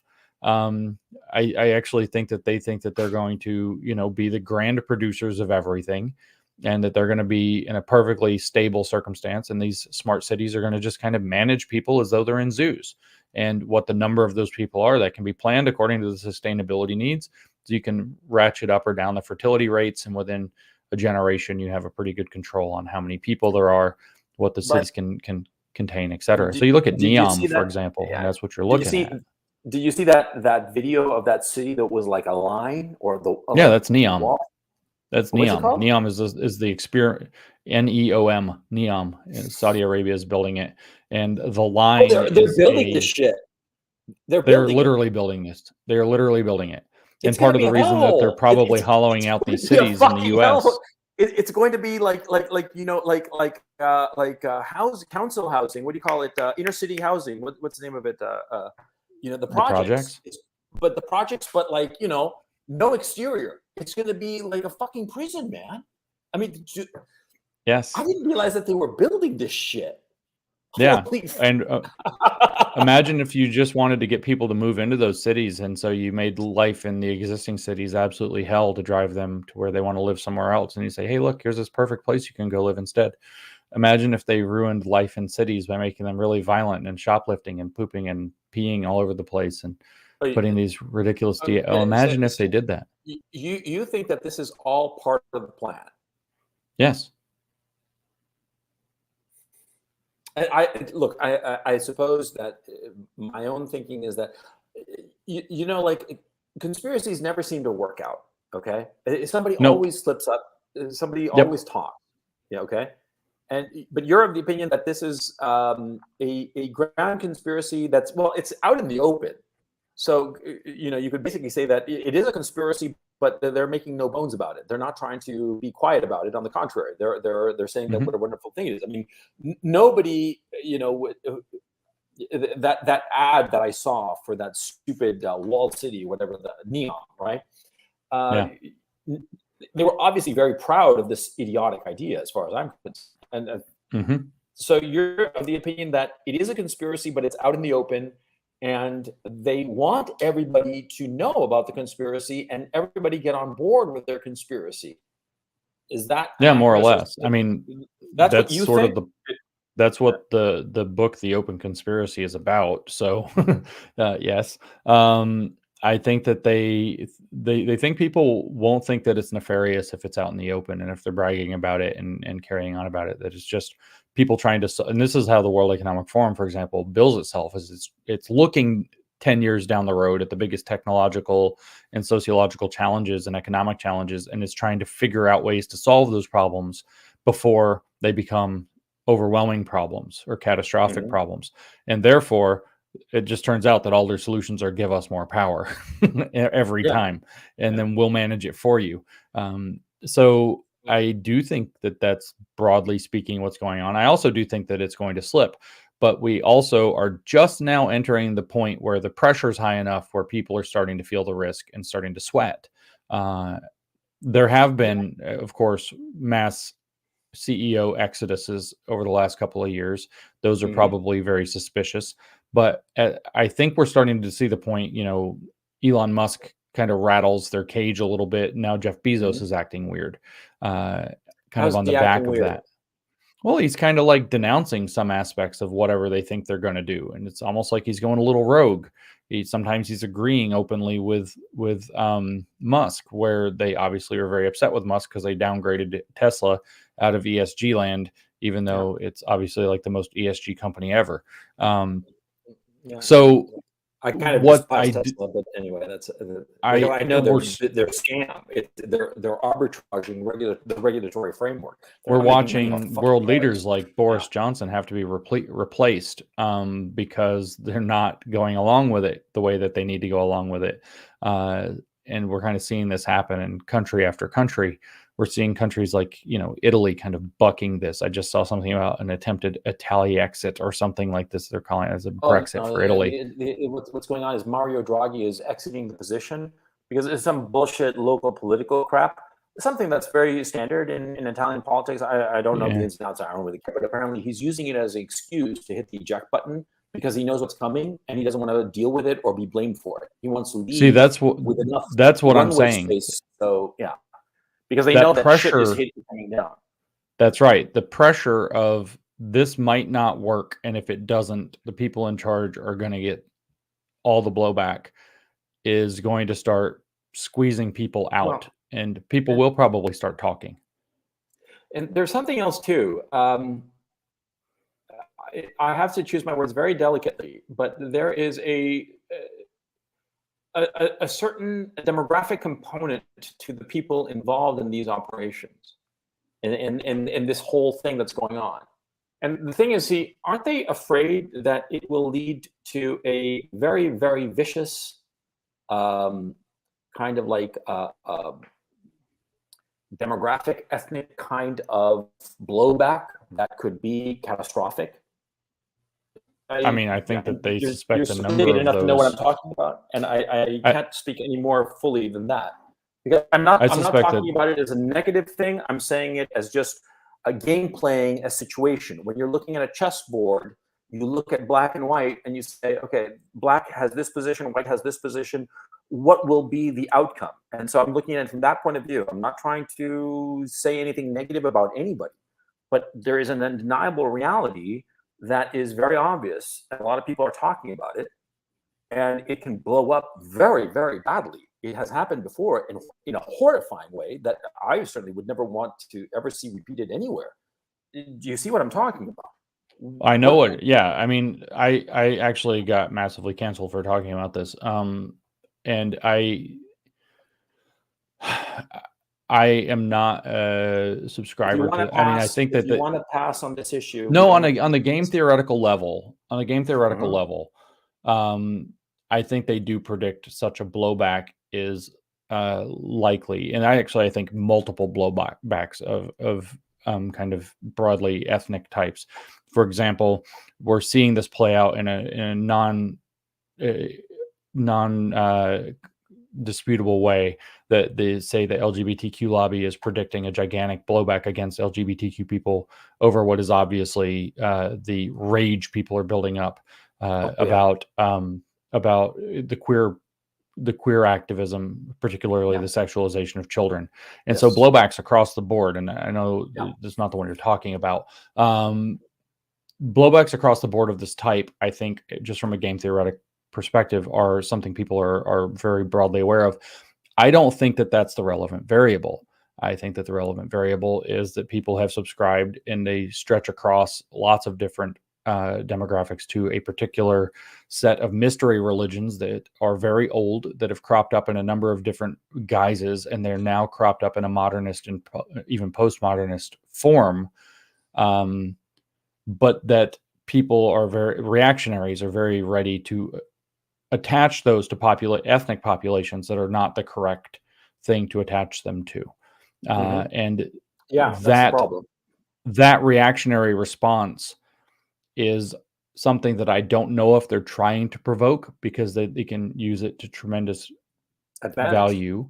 a huge advantage to themselves if it Because starts. they could increment the crackdown and the totalitarianism based on this excuse, because Right, of on a 30 odd perfectly years of on an popular excuse most educational. people accept. Yeah, Because yeah, we've gone through Eh, maybe 40 years of socialization about this particular issue, and so yeah, they could turn that very easily to greater totalitarian control, using the excuse that we're trying to prevent a second or issue. Did you see what I'm saying? yes, of course. Yeah, and this is I think the trap that has to be avoided. So when we earlier we were saying that we were having various conversations about the conspiracy theories are getting taken to their kind of like extreme to kind of discredit the people asking legitimate questions about various things. This is another aspect.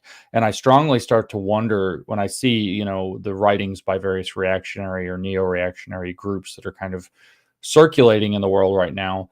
And I start to see the things that, that they're saying, the figures in history that they praise openly and less openly.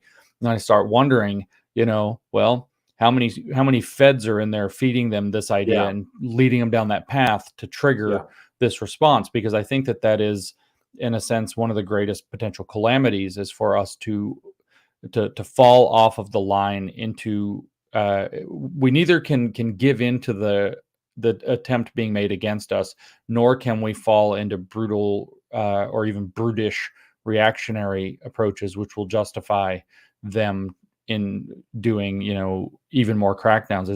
I am a Lord of the Rings dork, and so there's that moment where where Gandalf is saying, and he says, the quest is on. It proceeds on like the edge of a knife, stray but a little to either side, and you'll lose everything. And so that's, I think, where we are with this. I think that it is in the interests of the regime to provoke reactionary backlashes, particularly ethnic reactionary backlashes, and the variables, if you actually look at things honestly, I don't think line up correctly to justify that. I mean, this movement is being pushed very vigorously by Christians, for example.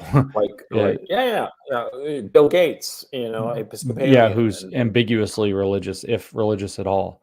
And his little hobby is a little more grotesque than that. I'll tell you about it privately, but I know for a fact. Goodness. There was a reason that he was good friends with Epstein. Yeah, and so let's leave it at that. Yeah. So anyway, I mean,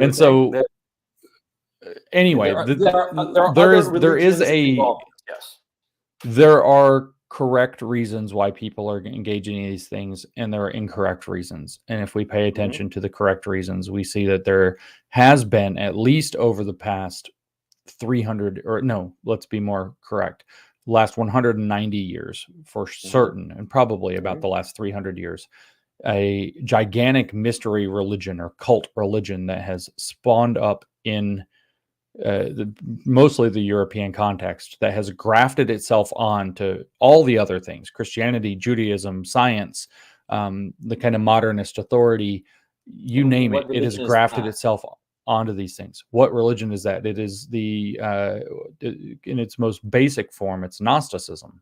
It is the Gnostic religion that life and being itself is a prison, that with special knowledge that secret mystics hold, we can find our way past the trap of being, the prison of being, into which we've been flung, and enter into a promised land where we can be as gods. Scientism is the modernist form of that. Thank you, Karl Marx.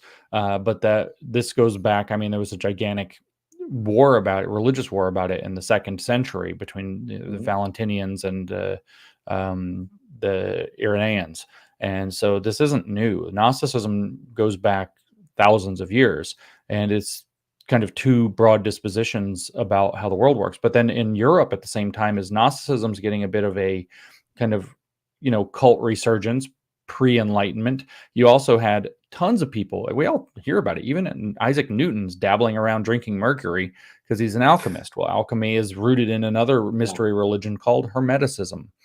And if you ask me, if you look at characters like Giambattista Vico, or you look at characters like Georg Hegel, or you look at characters like Karl Marx, it's who all those three guys trafficked with each other's ideas. I mean, chronologically speaking, Vico didn't read Marx. The chronology goes the other direction, but Marx certainly incorporated tons of Hegel and tons of Vico. He mentions Vico in Capital, and so it's not like he's unaware of this. But you have this huge kind of alchemical hermetic religion to transform the world, and if you know what that religion is, it's actually, you start to see what's happening everywhere. That God created himself in the world in an act of co-creation by embedding aspects of himself in every mundane thing. So the divine is trapped within the mundane, and through the process of alchemy, you release the divine from the mundane. So lead is a mundane metal, and you release the divine, and the seed of gold inside sprouts through the alchemical process. Death is a fact of mundane life, but life is what's contained within it, and therefore, by drinking the elixir, you free life from death. It's the same process.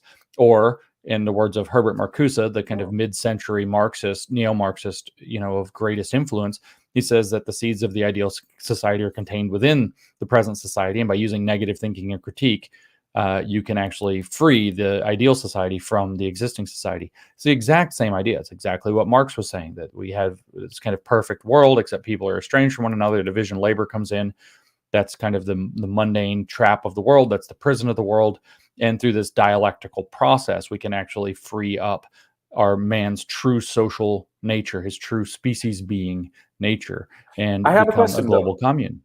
I have a question, though. Why do you peg the start of this new wave of Gnosticism to 1830? You said it was 190 years ago. Because that's when Hegel died, and the old and young Hegelians became the two prominent political forces in German thought. 1831 is when Hegel died, and the old and the young Hegelians rose as the two competing most influential lines of political philosophical thought. I mean, we could peg it to 1807 with the publication of the Phenomenology of Spirit. We could peg it to the late 1760s when Rousseau wrote the Social Contract.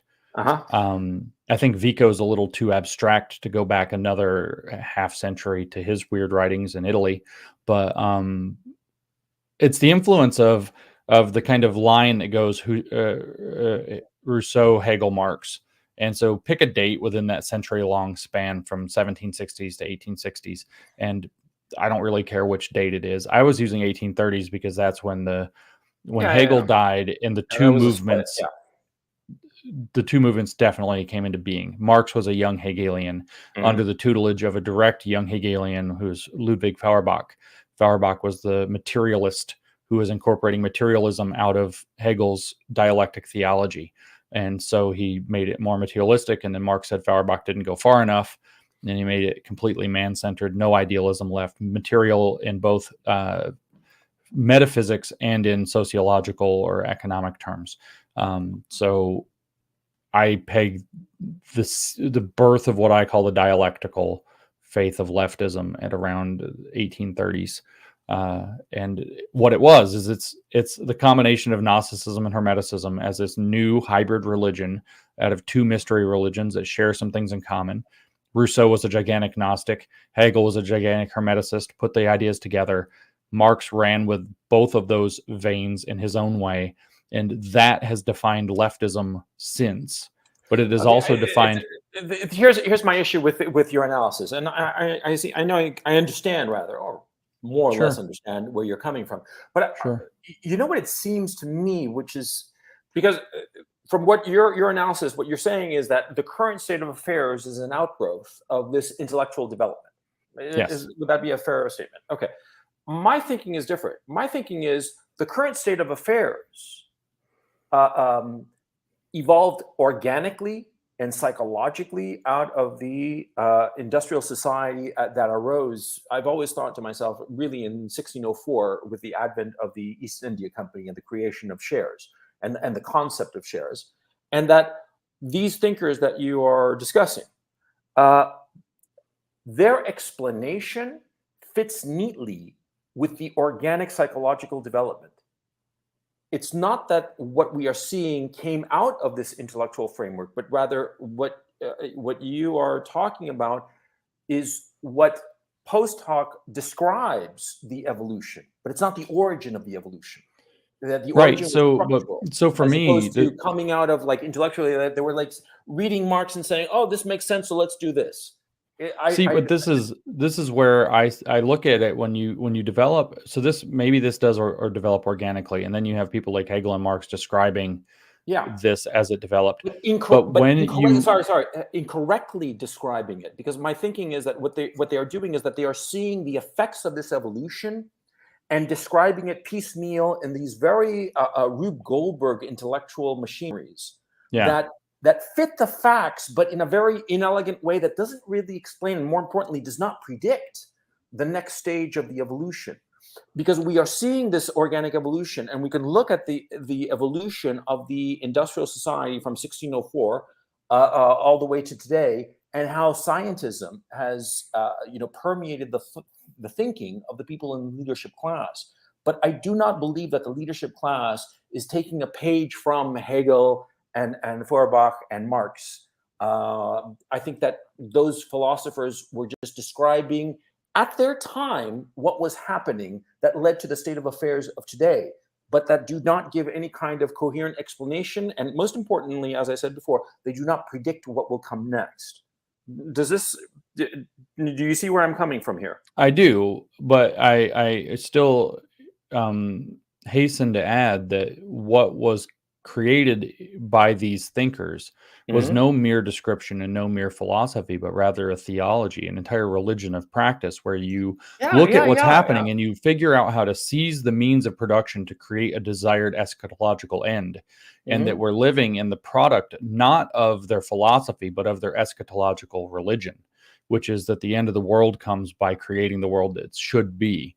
By whether freeing the divine from its mundane coil, if we're in a Hermetic thing, from escaping the prison of being, if we're in a Gnostic frame, which have been mixed together. The Hermetic becomes the means by which the escape from the grand prison of being is to be accomplished. And that it's latched onto scientism is absolutely no surprise, because science is the thing, and the scientism in its turn is the thing that started to replace the grand authority, which is what Gnostics always latch onto. It's the thing that has the greatest amount of authority in society. That's why there was the conflict between the Valentinians and the Irenaeans in the 2nd century, is because Christianity was rapidly gaining the largest amount of authority over the largest population of people. So you have a Gnostic heresy rise up. It gets echoed again with Origen, and finally put down by Augustine, by about the 4th century.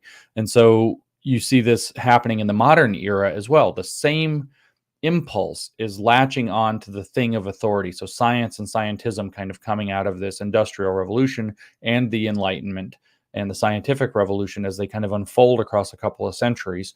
And what you have is this parasitic religion that's stuck onto the side of it and said, we can use this to achieve for clarification, our vision. The parasitic religion you're referring to is Gnosticism, not any of the established religions, right? Correct. It is the Gnostic. In a sense, Gnosticism creates heresies of the established religions. There are Gnostic approaches to Judaism that are heresies of Judaism. There are Gnostic approaches to Christianity that are heresies of Christianity. I would assume, I don't know enough about Islam to say that they exist there as well. There are definitely weird cults within Buddhism, which is already kind of semi-Gnostic on its own. There's a split with philosophical Taoism and religious Taoism, where religious Taoism is crackpot as hell, and philosophical Taoism is sort of like turbo-libertarianism, as a kind of a world philosophy with a little bit of magic written into it.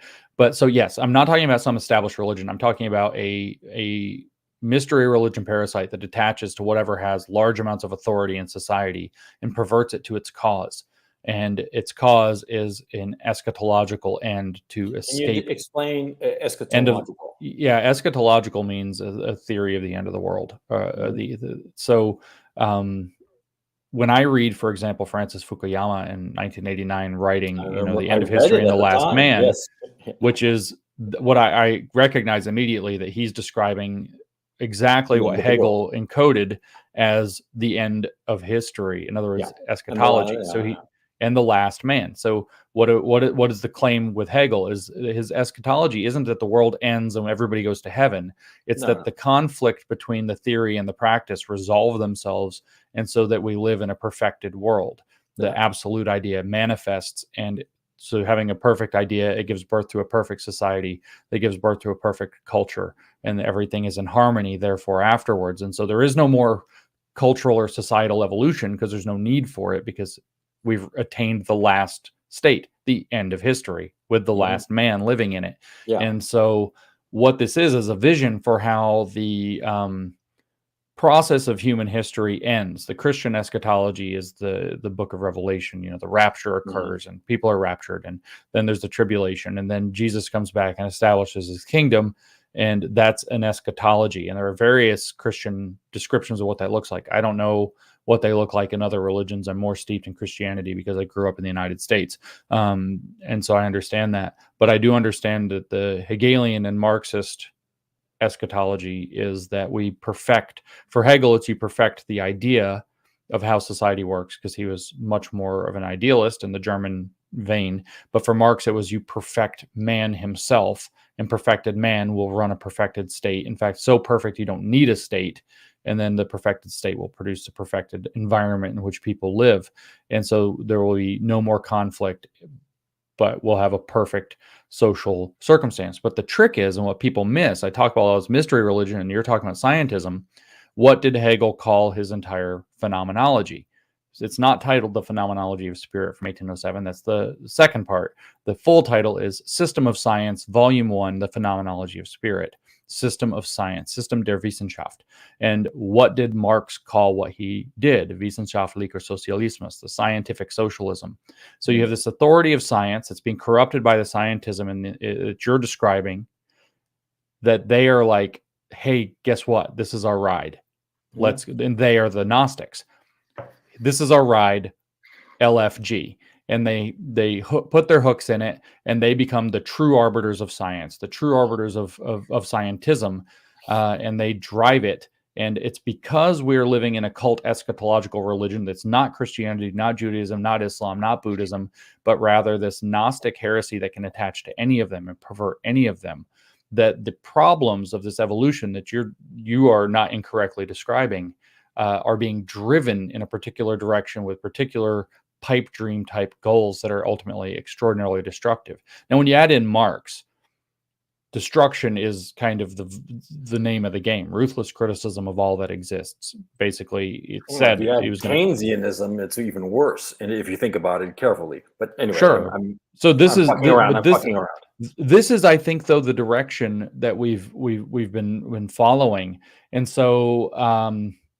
I mean, I haven't really thought of it from the point of view of like being basically a Gnostic religion that has seeped itself into the mentality of the leadership class, and they are essentially trying to implement a end of the world, not in the end of the world we all get to go to heaven, but rather an end of the world where you get to a static moment, the communist paradise, if you want to put it like that. A perfectly sustainable circular economy managed by a public-private partnership. Yeah. A council of stakeholders, a Soviet. Yeah. I mean, it's like, okay. And then their mechanism is to use tools like ESG to create a top-down pressure or a Leninist vanguard through the corporations and a bottom-up demand, and that's a Maoist vanguard. And it's like, well, this story's been told before. And a cultural revolution, which we also can call a color revolution when it has political elements. And so look at this. We have a whole, I mean, it all just kind of fits together too much to be totally dismissed out of hand. It may be that there are details that are incorrect. It may be incorrect entirely, but to dismiss it out of hand, I think it's just too big picture. The only thing that doesn't fit is... I would disagree with is the notion that they have like a coherent philosophy of Gnosticism as you're describing it. Yes, and that's more piecemeal and organic. Yes. But that's what I'm saying. But that's like, I don't know if you know Matthias Dasmet with the mass formation psychology and all of that. Yeah, that's really interesting shit that he's talking about. He has a really interesting analogy in one of the chapters of his books. Mm-hmm. And being a mathematician, I really enjoyed it. But he talks about the process of, he says, take any sheet of paper, draw 3 dots on the paper somewhat far apart. Obviously, you've created a triangle, but that doesn't matter. And then he says there's a process. You know, you take any fourth dot, put a fourth dot anywhere on the paper that you want. And then with any of the 3 anchor dots, the first 3, you know, make them red or something so you can tell which ones they are. You take the fourth dot you put, draw a line between any anchor dot and that, and then put a dot at the midpoint. So use a ruler, and you only want to draw the dots. Don't draw the line. Then put a dot at the midpoint. Now you have a fifth dot. Pick any of the 3 anchor points, put a ruler at the midpoint, put another dot. And you just do this process over and over and over and over again, right? And what you will actually draw is the fractal called Sierpinski's triangle. You have no idea of the form, no idea of the structure, no idea even that you're drawing such a thing, which if you sat down and tried to draw it intentionally, you would have a hard time. That's that triangle inside of a triangle, inside of a triangle, inside of a triangle, to where I think you know what I'm talking about. If you don't, you can look it up. Sierpinski's triangle. It's a fractal. And the dots, when you have millions of them, will produce that. That's the image that they will produce just by doing this process. So you don't have to have people with a broad Gnostic philosophy. You only have to have people believing that they are conscious transformers of the world who engage in certain kinds of behavior to transform the world to a desired state, and then let them do their organic things. And this is the what comes out of it. But I guess I think that the disagreement that we might be having right now is that you are of the opinion that the 3 original dots were deliberately placed. And I tend to think that they sort of like emerged organically. No, they did. I agree with you. Actually, let me give you a different example than Hegel. Because what I see, for example, and I see this happening again and again and again with this dialectical philosophy, which broadly speaking, Hegel, Marx, the critical theorists, and now the postmodernists. So what about the postmodernists? I read Foucault, and do I think Michel Foucault was a good guy? No, not at all. He was horrifying. Do I think he's right about a lot of things? However, yes. And if you read him as a descriptivist, as somebody who's describing the world as it's changing around him in the 60s, 70s, didn't write as much. He was sick by the early 80s, but that's when he did most of his writing. He died in 84, right? 84 of AIDS, yeah. And so, which he thought was a social construct to control gay people. And yeah, he died as of it turns out. Yeah. And so when you read Foucault, though, when you read his essays or his lectures on biopower, when you read his history of sexuality or his history of madness, and you see what he's laying out in terms of how power works, I see him largely being a nut job and an amoral jackass and all of this, but I don't see him making broad prescriptions. I see him writing warnings, and then I see people who can do things in the world, maybe people like Klaus Schwab, but probably not him in specific, mostly post-structural feminists who wanted to transform the world, picking up his ideas and saying, instead of reading this as a warning, I'm going to use it as something I can do. They pick up the tool as it's like a friend of mine phrases it as raiding the war chest of Western philosophy in order to use the things that are being warned about as weapons.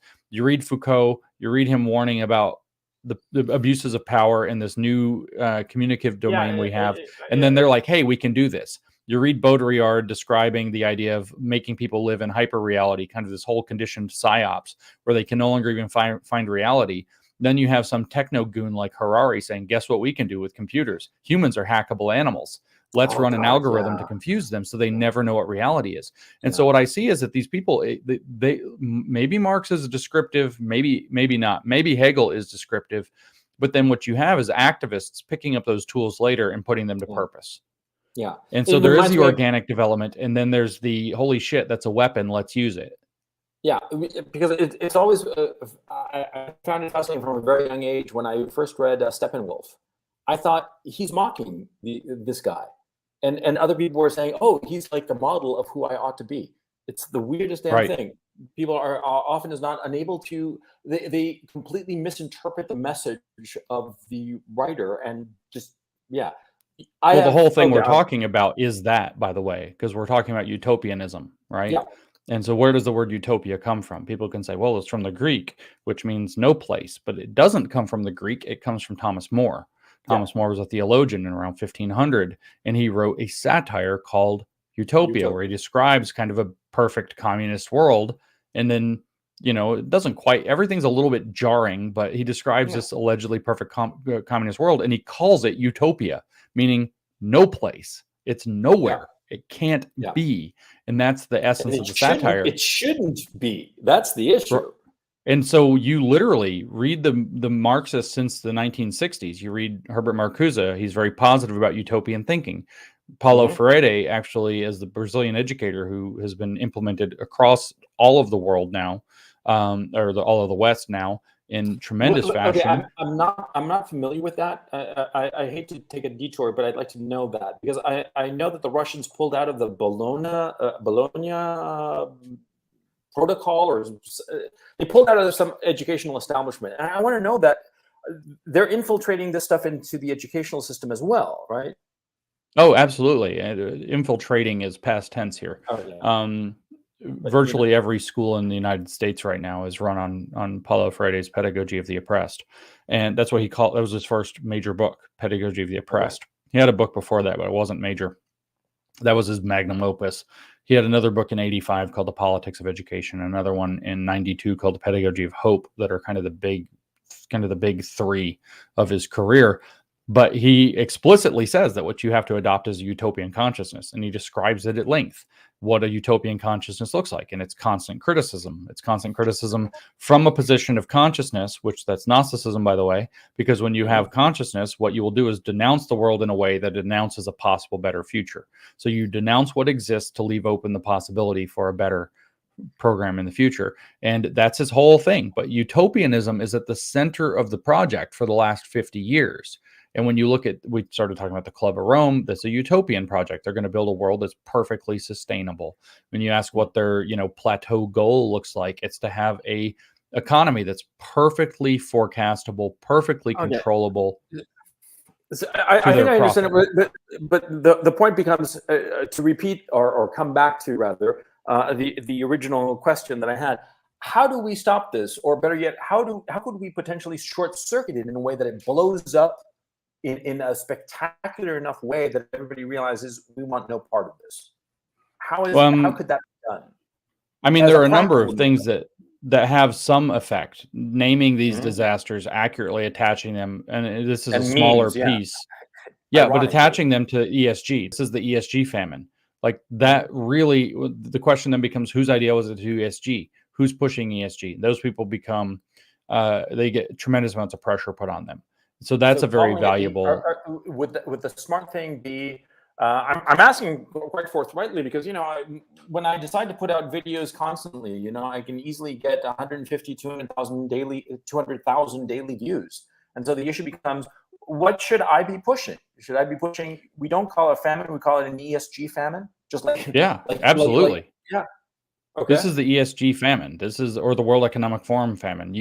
I mean, it's very Alinsky. You have to have something that you're targeting but you want to be as accurate as possible. You don't want to be a jackass like Alinsky, but you do want there to be there has to be an arrow of accountability that's pointing somewhere. And so it's not just a famine. This isn't just happening. There are people who are playing these cards. In the Netherlands, they figured out that the World Economic Forum is screwing around with the fertilizers because they want farmers to go bankrupt so they can buy the farmland and control it. That's a deliberate plot being executed not by arbitrary but by business people who are in affiliation with this organization that has the ability to put political operatives in positions of power to facilitate these agendas. A public-private partnership, as they describe it. So pointing that arrow clearly is another one. There is a big thing that actually makes a big difference. It agitates. Lawmakers have to start paying attention to it. Executives start having to pay attention to it. The people start paying attention to it when you can see the problem. Another one, actually, though, is kind of, how do you really get it to blow up? I don't know how we do this, but the fact of the matter is that these people don't all get along. They are individuals. Yep. They are in it for their best interest. And if, say, Mark Zuckerberg became convinced completely that they're going to screw him over in the end, Mark Zuckerberg might go rogue. If you convince, do you think that Bezos is on that page, that he's thinking that he's going to get screwed over, and that's why he's breaking with him? Possibly. I don't know with Bezos, but I do know that George Soros is now spooked in thinking that there's going to be a World Economic Forum China axis that's going to. George Soros's vision isn't the same. He wants so-called open societies, which are kind of very manipulable societies. Anarchic. That's what he wants. Yeah. A what? He wants a manipulable. Yes, manipulable, but he also, it's very close to anarchy that he kind of gets to nudge and uses. Well, what did he call his book? The Alchemy of Finance. So it's the alchemy of social relations, which, by the way, is Hermeticism. You ever read that book by Sunstein, Nudge? That whole No, I need to, because that's actually mentioned as the tool that they're trying to use to do this. I've read it twice, as a matter of fact. It is deeply creepy. It should be called propaganda by nudging. Because what's interesting is that it's the vision that the guy has insofar as human beings are concerned, because he looks at them, he consistently talks about behaviors. And behavior, as far as I'm concerned, I always think of behavior insofar as animals are concerned. because animals act in arbitrary ways that experience teaches me that if I do this, the animal will do that.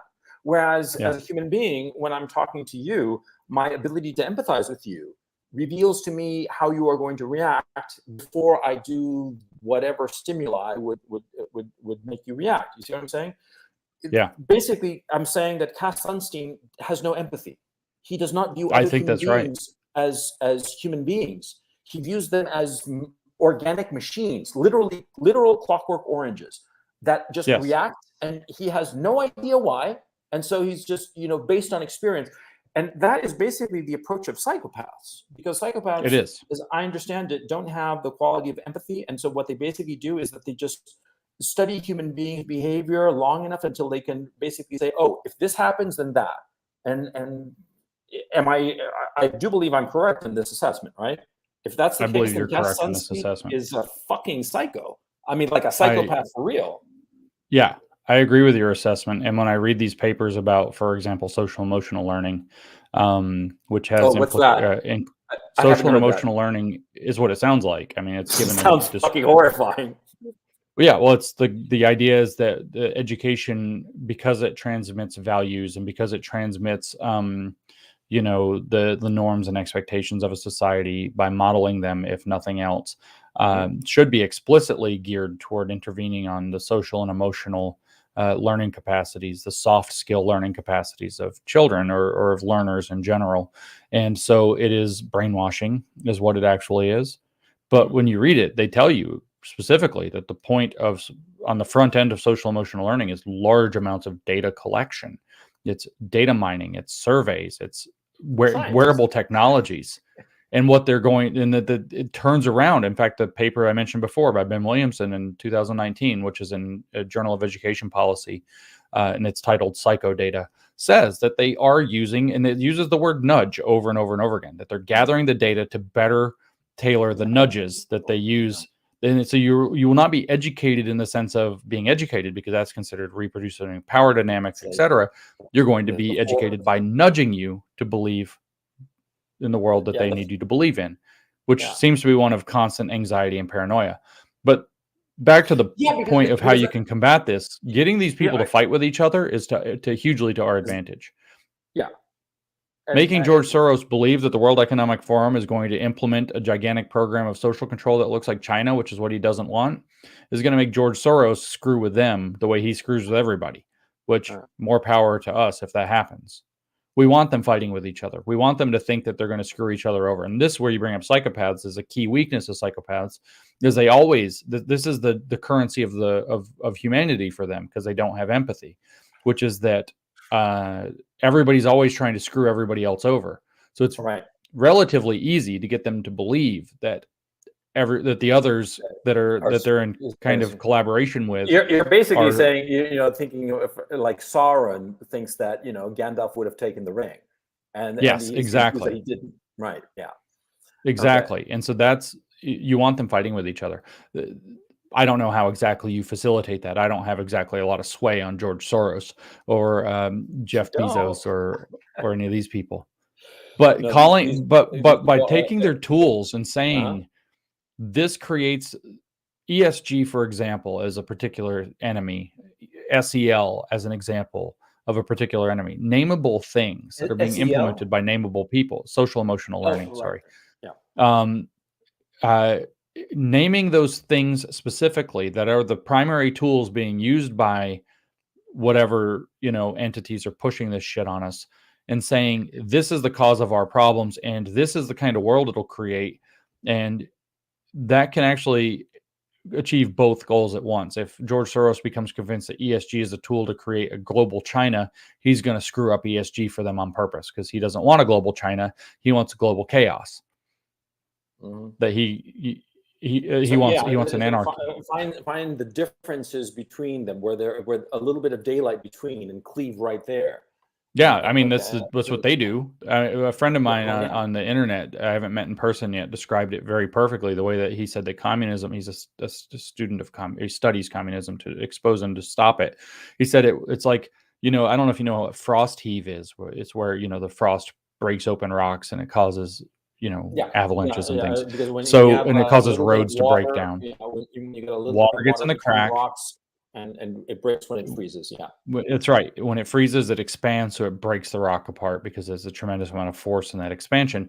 And so he says that basically what communism does is it comes along, and it pours water on the rock of society. So the water seeps into all the cracks. Then it brags about itself being, look, we're filling in the cracks in society. It finds a seam, racial tension, sexual tension, whatever, pours water into the crack, says, look, we're filling in this crack that you assholes have left.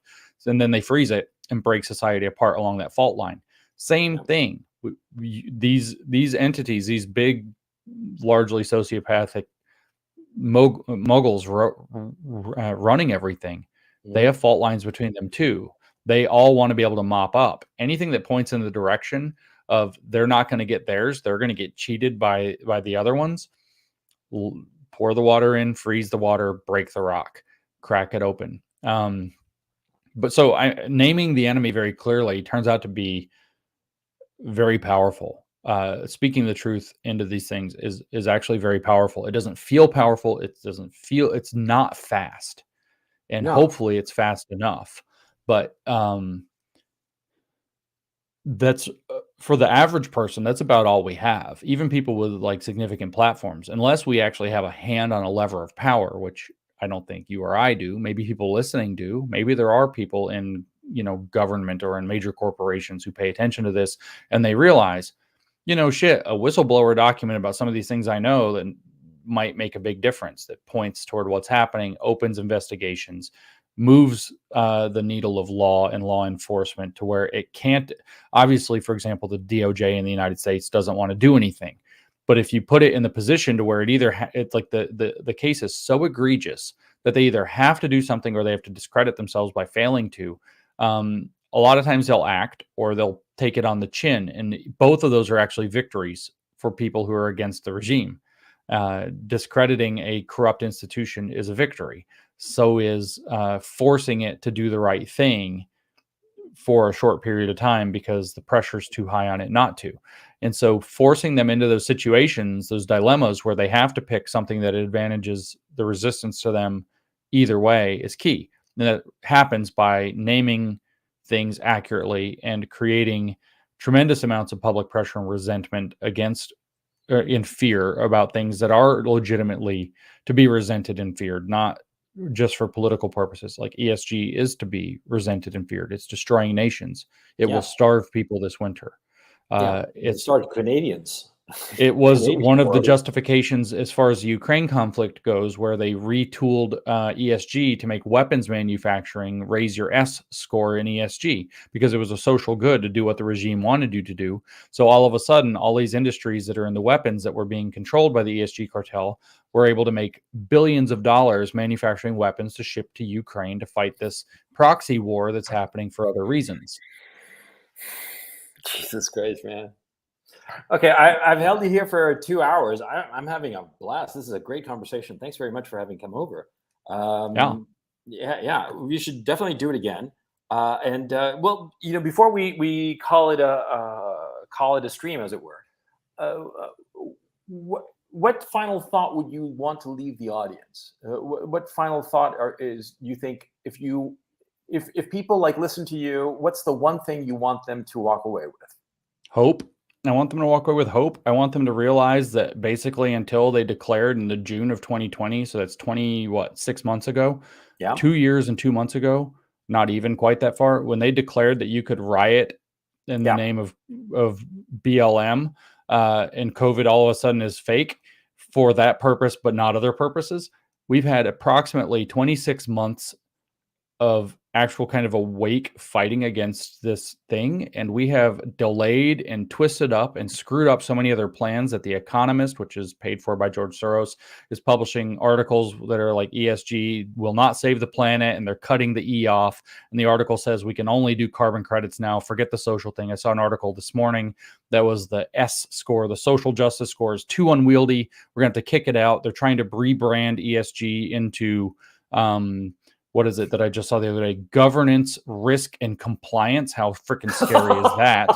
And so, but this No, has but that's been actually very effective. That's actually very effective because risk and what was the third concept? compliance. Yeah, risk and compliance are key components insofar as finances is concerned. Yes, of course. But what So happens it's is people very are like, interesting how they but they meld just it. tried to change the name of CRT stuff to like culturally irrelevant stuff. And so people have seen this trick before and people are, oh, okay, they're Yeah, obviously evil and just trying to keep doing it.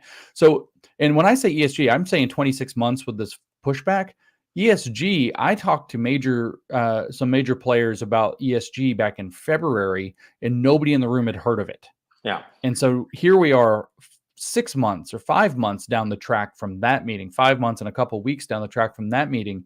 And we're looking at the whole thing kind of collapsing around them.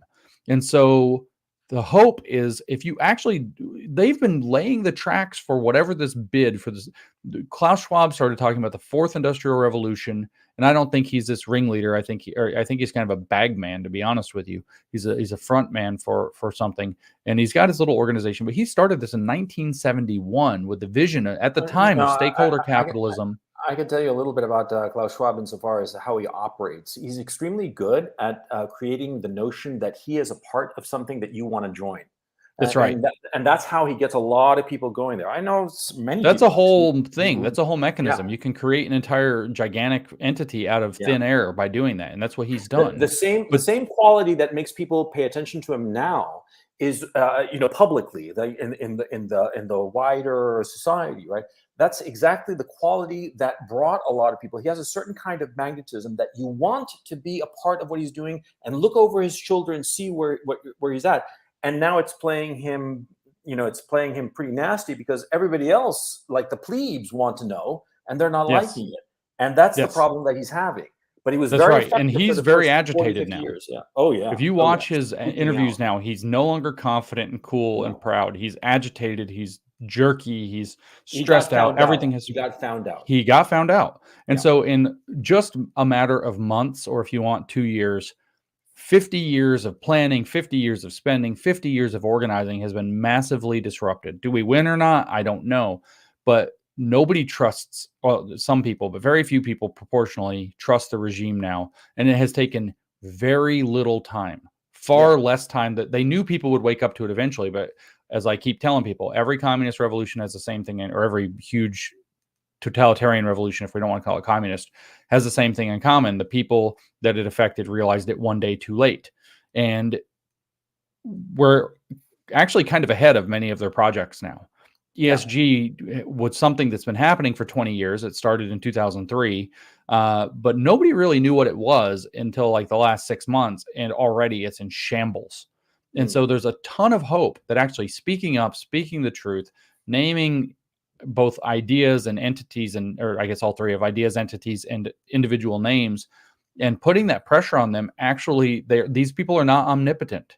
Their plans are actually crackpot. And all of these things, I don't think we're in for a comfortable couple of years. And I don't. Oh no! We're going to have a complete blowout. I mean, financially, we're screwed. Okay, the level of debt, and people only focus on treasury debt, which is foolish because you have to look at the total debt package of the American government. You have to look at treasury debt, agency debt, which very few people pay attention to, but is crucial.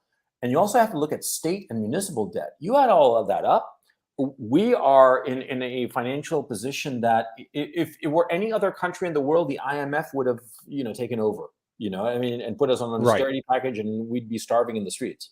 And so this is going to blow up. There's no way to sustain it. And I think that, well, like we talked about before, insofar as the dollar is concerned, there's no way to stop it. And I think that they're accelerating it deliberately because they know that the crash is coming. And so, but there is hope. You can get ahead of their plans, and then alternatives are possible. The people that are doing it are far more likely to be held to account at the crucial moment, never before the crucial moment. We always feel stuck, but the crucial moment arrives. And what you want is the maximum number of people prepared for the crucial moment when it arrives that you can have. What is it? Chance favors the prepared mind. Is that the old saying? Yeah, that's the old saying. And so what do you think is going to be the next big thing that sort of like pops up and gets severe pushback? The war with China? I don't know that, actually. I can't make predictions at that level of granularity. I kind of think in the terms of decades. they surprise me with whatever little bullshit they pull, kind of consistently. Okay, let me rephrase the question. Because I'm always interested, I'm living in the present and I want to know about the future because I'm going to be living there. And so I want to know. Yeah. What do you think is going to happen over the next, say if you had to guess, the next 10, 20 years? Where are we going to be at as a civilization, not just the United States, as Western civilization? So that entirely depends on if they win or lose. Okay. If they win, we are serfs and enjoy your bugs and live out your life, and you won't have any children. Will it be unipolar or multipolar? That will be dependent on one question that I don't have the answer to, which is how much of this is happening in cooperation with China. Okay. I can tell you that it's not happening in cooperation with Russia. In Russia, there is a sea change going on there. They are looking at Europe and the West, and they're like, we want no part of it. And the intelligentsia, the upper classes of Russian society, people who had traditionally been facing westward, they are completely freaked out by the Russophobia and the insanity, and the trans stuff is not helping. All the little sprinkles of this shit donut are not helping at all, I'm talking cancel culture, trans, LGBTQ, and all the rest of it. The pronouns thing, they think it's insane. And so for the first time since Peter the Great, Russia is turning away from Europe, away from the West, in a way that, if we're speaking frankly, in the long run, it will be extremely beneficial and to the health of Russian culture. It will be look, I'm saying this again, on a game analysis point of view. I'm not cheerleading any side, but this war and the hysterical European reaction might prove to be one of the best things that ever happened to Russian culture, because this forced divorce that Europe inflicted on the Russians made them sort of like wake up, like an abused spouse that all of a sudden wakes up and like, what the fuck have I been doing? It's like that kind of reaction.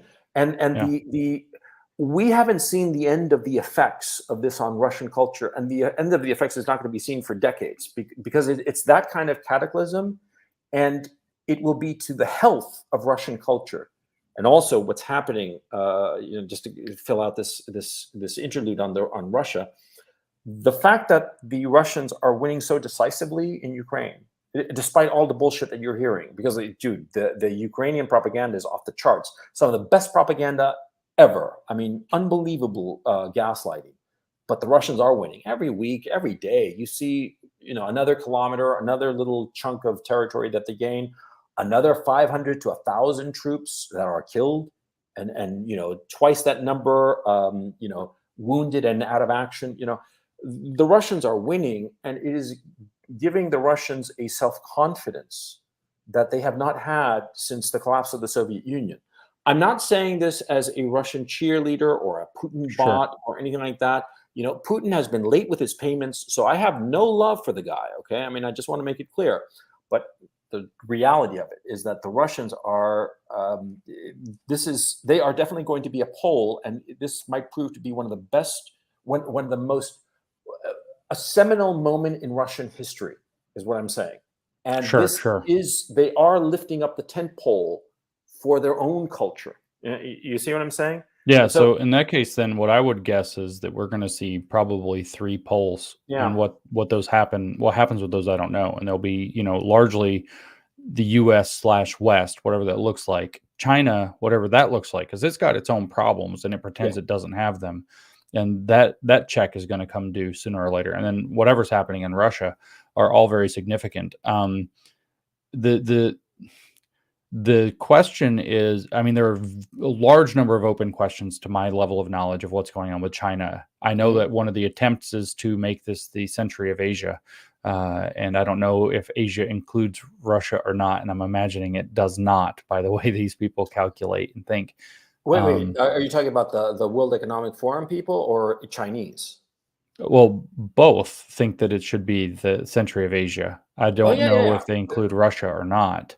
Well, the Chinese relationship with Russia is very interesting because at this time, what seems to be happening with all this bullshit from the Americans is that it's pushing and cementing even further, if that were possible, the relationship between China and Russia, which has been incredibly close since the 90s. People don't seem to realize it.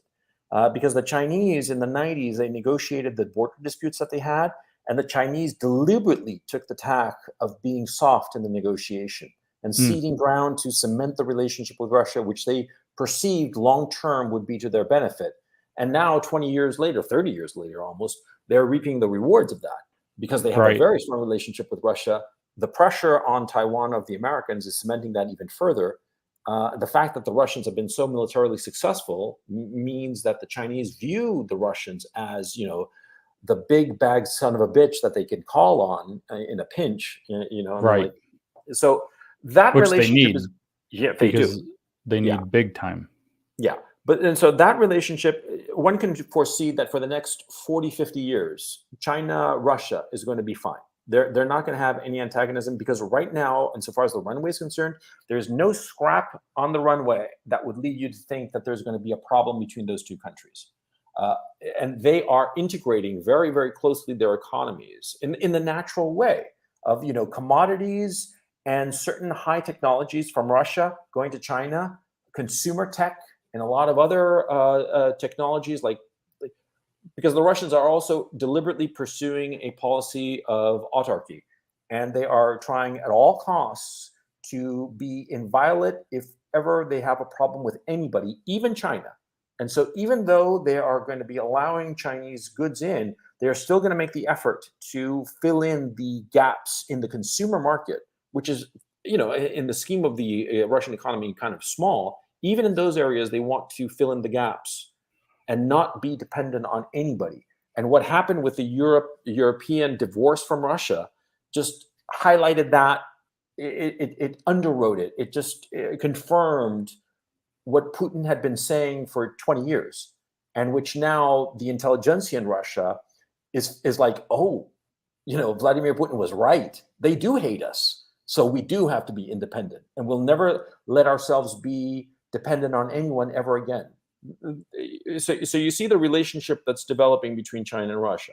I'm just filling it out because I happen to be here and I know this stuff. I follow it, and I talk to a lot of people who know a hell of a lot more than me about it, and so I'm passing it on. But anyway, you were saying about China. The future is China, and how do they see it? The Chinese. I mean, the cabal for the West. What do we call this cabal, by the way? I usually just call them the World Economic Forum or the regime with a capital R. I'm not entirely sure, honestly. They partner with it, but I honestly feel like and I think both parties know this. Sorry, I forgot. The original question was, what happens in 20, 30 years? And you said if the regime wins or the regime loses. And you were explaining if the regime wins, we just eat bugs and live in the pod. But what happens with the other big poles of China, Russia, and potentially India? If the regime wins? Yeah. Probably East Asia and Oceania have always been at war. Okay. More or less. You have these two heavily socially controlled. Russia's the wild card. I don't know how to work that in because they're not about to have pods and bugs. Not at all. And they have the resources available if they have to retreat to everybody farming for themselves to prevent that from happening, and the military to protect them. Yep. And so they become a wild card on that table. So I can't answer with regard to that. But I think that what will happen is this kind of if the regime wins, we're going to see a long-term frenemy dispute between the Chinese CCP-driven model and the Western kind of ESG or sustainable development or whatever they call it, kind of mirror image of that. Mm-hmm. And there will be this sort of frenemy thing where we pretend that we're at peace and that we're collaborating, but power is being brokered back and forth while both systems are kind of being pulled into a single direction, which would freak out George Soros and is freaking out George Soros. And if the regime wins, the people of the West will be peons, serfs. Is that accurate? Yes, absolutely. The people of the West have a lot of paying back for the past couple of centuries, according to the logic that's happening within this, but not the multinational overlord corporations, because they've been in it for everybody, meaning themselves, for a long time. Yeah. So, but the average people of the West, the average people of North America and Europe in particular, probably also South America, will be, Australia will be irrelevant would be a very kind word to how we're debtors. We owe the world for all the damage and colonialism and et cetera that we foisted upon them according to the logic of both regimes, China and the World Economic Forum woke monstrosity. We are the virus, as a matter of fact, is the prevailing mentality. Not necessarily humanity, but Western civilization, which also has to be ended. You stupid peons with you thinking you have rights. Are you ridiculous? That's how we get problems, is people doing random shit because they're not under our control. And look at all the problems it's caused. So we're not going to do that anymore. And you owe us reparations and back pay. And that's, I mean, if you read anything, the climate justice, the environmental justice, the health stuff, they all say the same thing. Hate it. That basically the West owes the rest of the world for all the damage that it did over the past 2 to 3 centuries. I'm one of the little brown people from South America, and I don't think that the Americans or the Europeans owe me shit. But I mean, if they're going to give me something, why not? Yeah, right. Well, what happens if the regime loses? Well, if the regime loses, there's going to be an awful lot of reorganization of what's happening in the West, first of all. And like I said, I do agree with you that there'll probably be at least a 3-poled system at that point. Yeah. And whatever the China-Russia alliance looks like may make it more like a 2-poled system. The U.S. is probably also going to retreat into being maybe not wholly within itself, but the kind of Western world into being more self-sufficient, less dependent on large multinational. I don't think we're going to outsource most of our production to China in the future. No. For much longer. If the regime loses, we're going to back off and say that's how they got us. And so we're going to not do that. And what that does in terms of quality of life, cost of living, et cetera, in the U.S. is an open question. What that does with China and Russia being able to do, trade warfare is an open question, or whether this leads to something where, I mean, Xi and the CCP do not have benevolent intentions. They have very ambitious intentions that benefit themselves. But the other major ambitious kind of control-driven... There's a difference. I have to point out something. The big difference between Xi and the Communist Party and Putin and the Kremlin in Russia from the regime in the West. See, most observers can attest to this, that in Xi Jinping and the CPC, they truly care about the Chinese people and want their betterment. One can question their motivation if it's out of fear or a true altruistic desire to elevate their people, but they identify with their people. They view them as their people and that they emerged from them, that they are held aloft by their people, that is in China. And Putin and the Kremlin, you have to keep in mind that during the 90s, the early mid-90s, Putin had to work as a taxi driver because even though he was part of the KGB, later FSB, he wasn't being paid enough to survive. The 90s were catastrophic for the Russians. And the current crop of leadership in the Kremlin and the echelons below, they also have the sense that they come from the Russian people, that they are Russian. And they are extraordinarily careful here in this invasion, and they have been careful from the start, of not harming the Ukrainians here, because, you see, they don't view them as Ukrainian. They see them as Russian, and they have no intention of hurting them, okay? The Zelensky regime forces, the armed forces of Ukraine, oh yeah, they're going to destroy them, okay? But the civilian population, that's why whenever I hear abuses that the Russians have committed abuses against the population in the Donbass or whatever, what are you talking about? It would be like, for instance, the United States, suppose hypothetically that, I don't know, Florida, was taken over by a foreign country, and the United States invaded Florida with the intention of bringing it back into the fold of America. Do you think that the American army would go around, committing atrocities against Floridians? No, because they view them as Americans. You see my point? Yeah. And so the leadership in both China and Russia, they view their people as where they came from. And you could argue that, you know, there are individual members of the leadership classes in the Kremlin and in China, in you know, the oligarchs of Russia, which Putin, by the way, they never mentioned this, but Putin has really cracked down on them in a way that the West kind of like is stuck in the old mentality of the 90s. But the leadership in these two countries, they feel that they are supported by and owe the people below them their best efforts. But in the West, the regime doesn't give a shit about the people. Yes, I was going to say that's very eye-opening to the fundamental difference. The regime Yeah. in the United States has gone, in a sense, supranational and no longer gives a rat's ass about the people of Western nations. In fact, they have nothing but contempt for the people of Western nations. Exactly. Yeah. And so, The- you know, no leadership class that has become so divorced from the people can long endure. This is what happens to every aristocracy. The Habsburgs, you know, all of them, they all fail when they forget where they came from, and they came from the people. And that seems to me the problem with the regime. And that's why my thinking is that there will come a point where the people realize these putative leaders of ours don't represent us. They don't come from us. They hate us. They look at us with contempt. Fuck them. Let's bring some rope and find the nearest lamppost. That's my thinking. I kind of see the same vision. I actually call that, you know, we talk about there's the red pill, there's the white pill, there's the black pill, there's all these pills. I call that being lead pilled. Yes. So I don't want to keep you anymore, man. We've been going 2.5 hours. It's been a lot of fun. I hope you enjoyed it. Yeah, it was a great conversation.